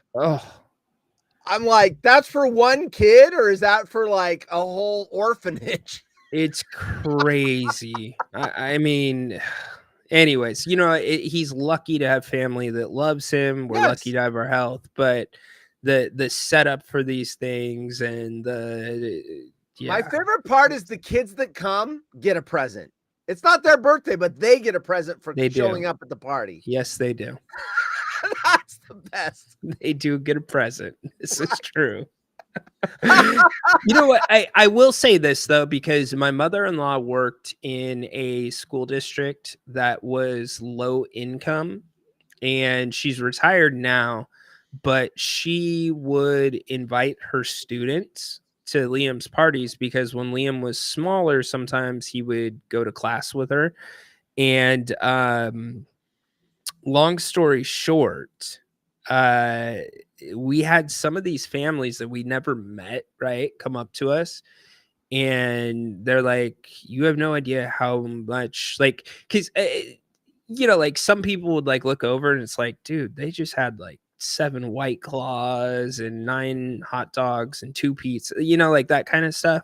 But then we had this family come up to us and they're like, thank you so much for having us. And we don't even know them from Adam, right? And the mom and dad were like, we can't afford to take our kids to do fun stuff all the time. And we look forward every year to coming to, this party. Like, it's the coolest experience for our kids. So thank you for having us. And so, like, for me, that's worth it. That's so freaking cool for me that, other kids get to have that experience. Like you said, they get a present, but that's my mother-in-law. That's all on my mother-in-law. I would do it different if it was me, but you got to respect it. It's her only grandchild. It's all good. I will say this is what I said with the presents and everything else. I still have all the memories of how great that was and getting spoiled and everything else. It was not a bad childhood. Yeah. It's So, not bad. anyway. I was the only for 11 years. So when is it Saturday or Sunday? Tomorrow. Liam Palooza. I like the name too. That's just what I call it. You know what? If you guys want it, if you want to see pictures of Liam Palooza, I will post some videos on the X tomorrow. Make sure you follow me on @Ryan_in. You want to see it, folks. Trust me.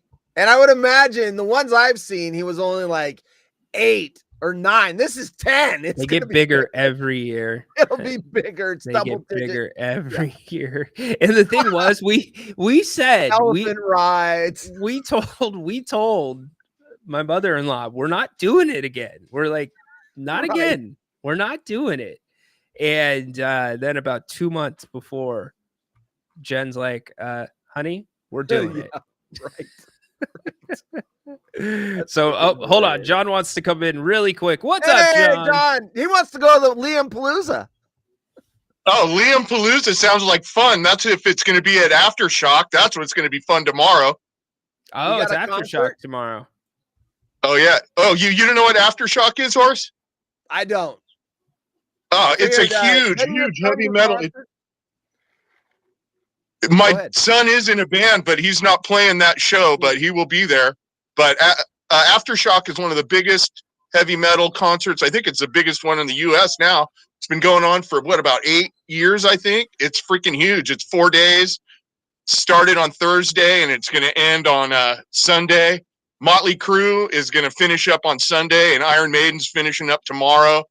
It's going to be a blast, man. These shows are super, super fun, man. They're great. You know the great thing for John when he goes to Aftershock, usually those things are pretty crowded and you're like squeezed in because it's general admission. John gets like a 5-foot circle around him because of the asparagus smell. Nice. Nice. He's gonna Speaking pull it of out. You got it asparagus, right here, buddy. Nice. right Getting ready to there. go on the grill. There you go. And I got just some bought pork some- chops getting ready to go on. I just bought some. I got corn on the asparagus cob, yesterday. guys. It's all going on. Don't worry. John, It's you happy eat Friday. well, dude. John, you eat well, my guys. All right, we're gonna wrap up here. We are 6 minutes over the schedule. John and Horse can stay on with me for the outro. Make sure you subscribe to the channel. Grant and I will be back tonight, right after the Kings and the Warriors. Make sure you're tuned into If You Don't Like That. We'll take you home with the post-game show. Grant and I together, 9:30 tonight. Thank you guys so much for being here. Go Kings, light the damn beam. We will see you tonight after the game for Kings post-game. Talk to you soon. Goodbye. Go Kings, boy. Go Keep it up. Kings. Keep up Go the good work, Ryan. Thank you.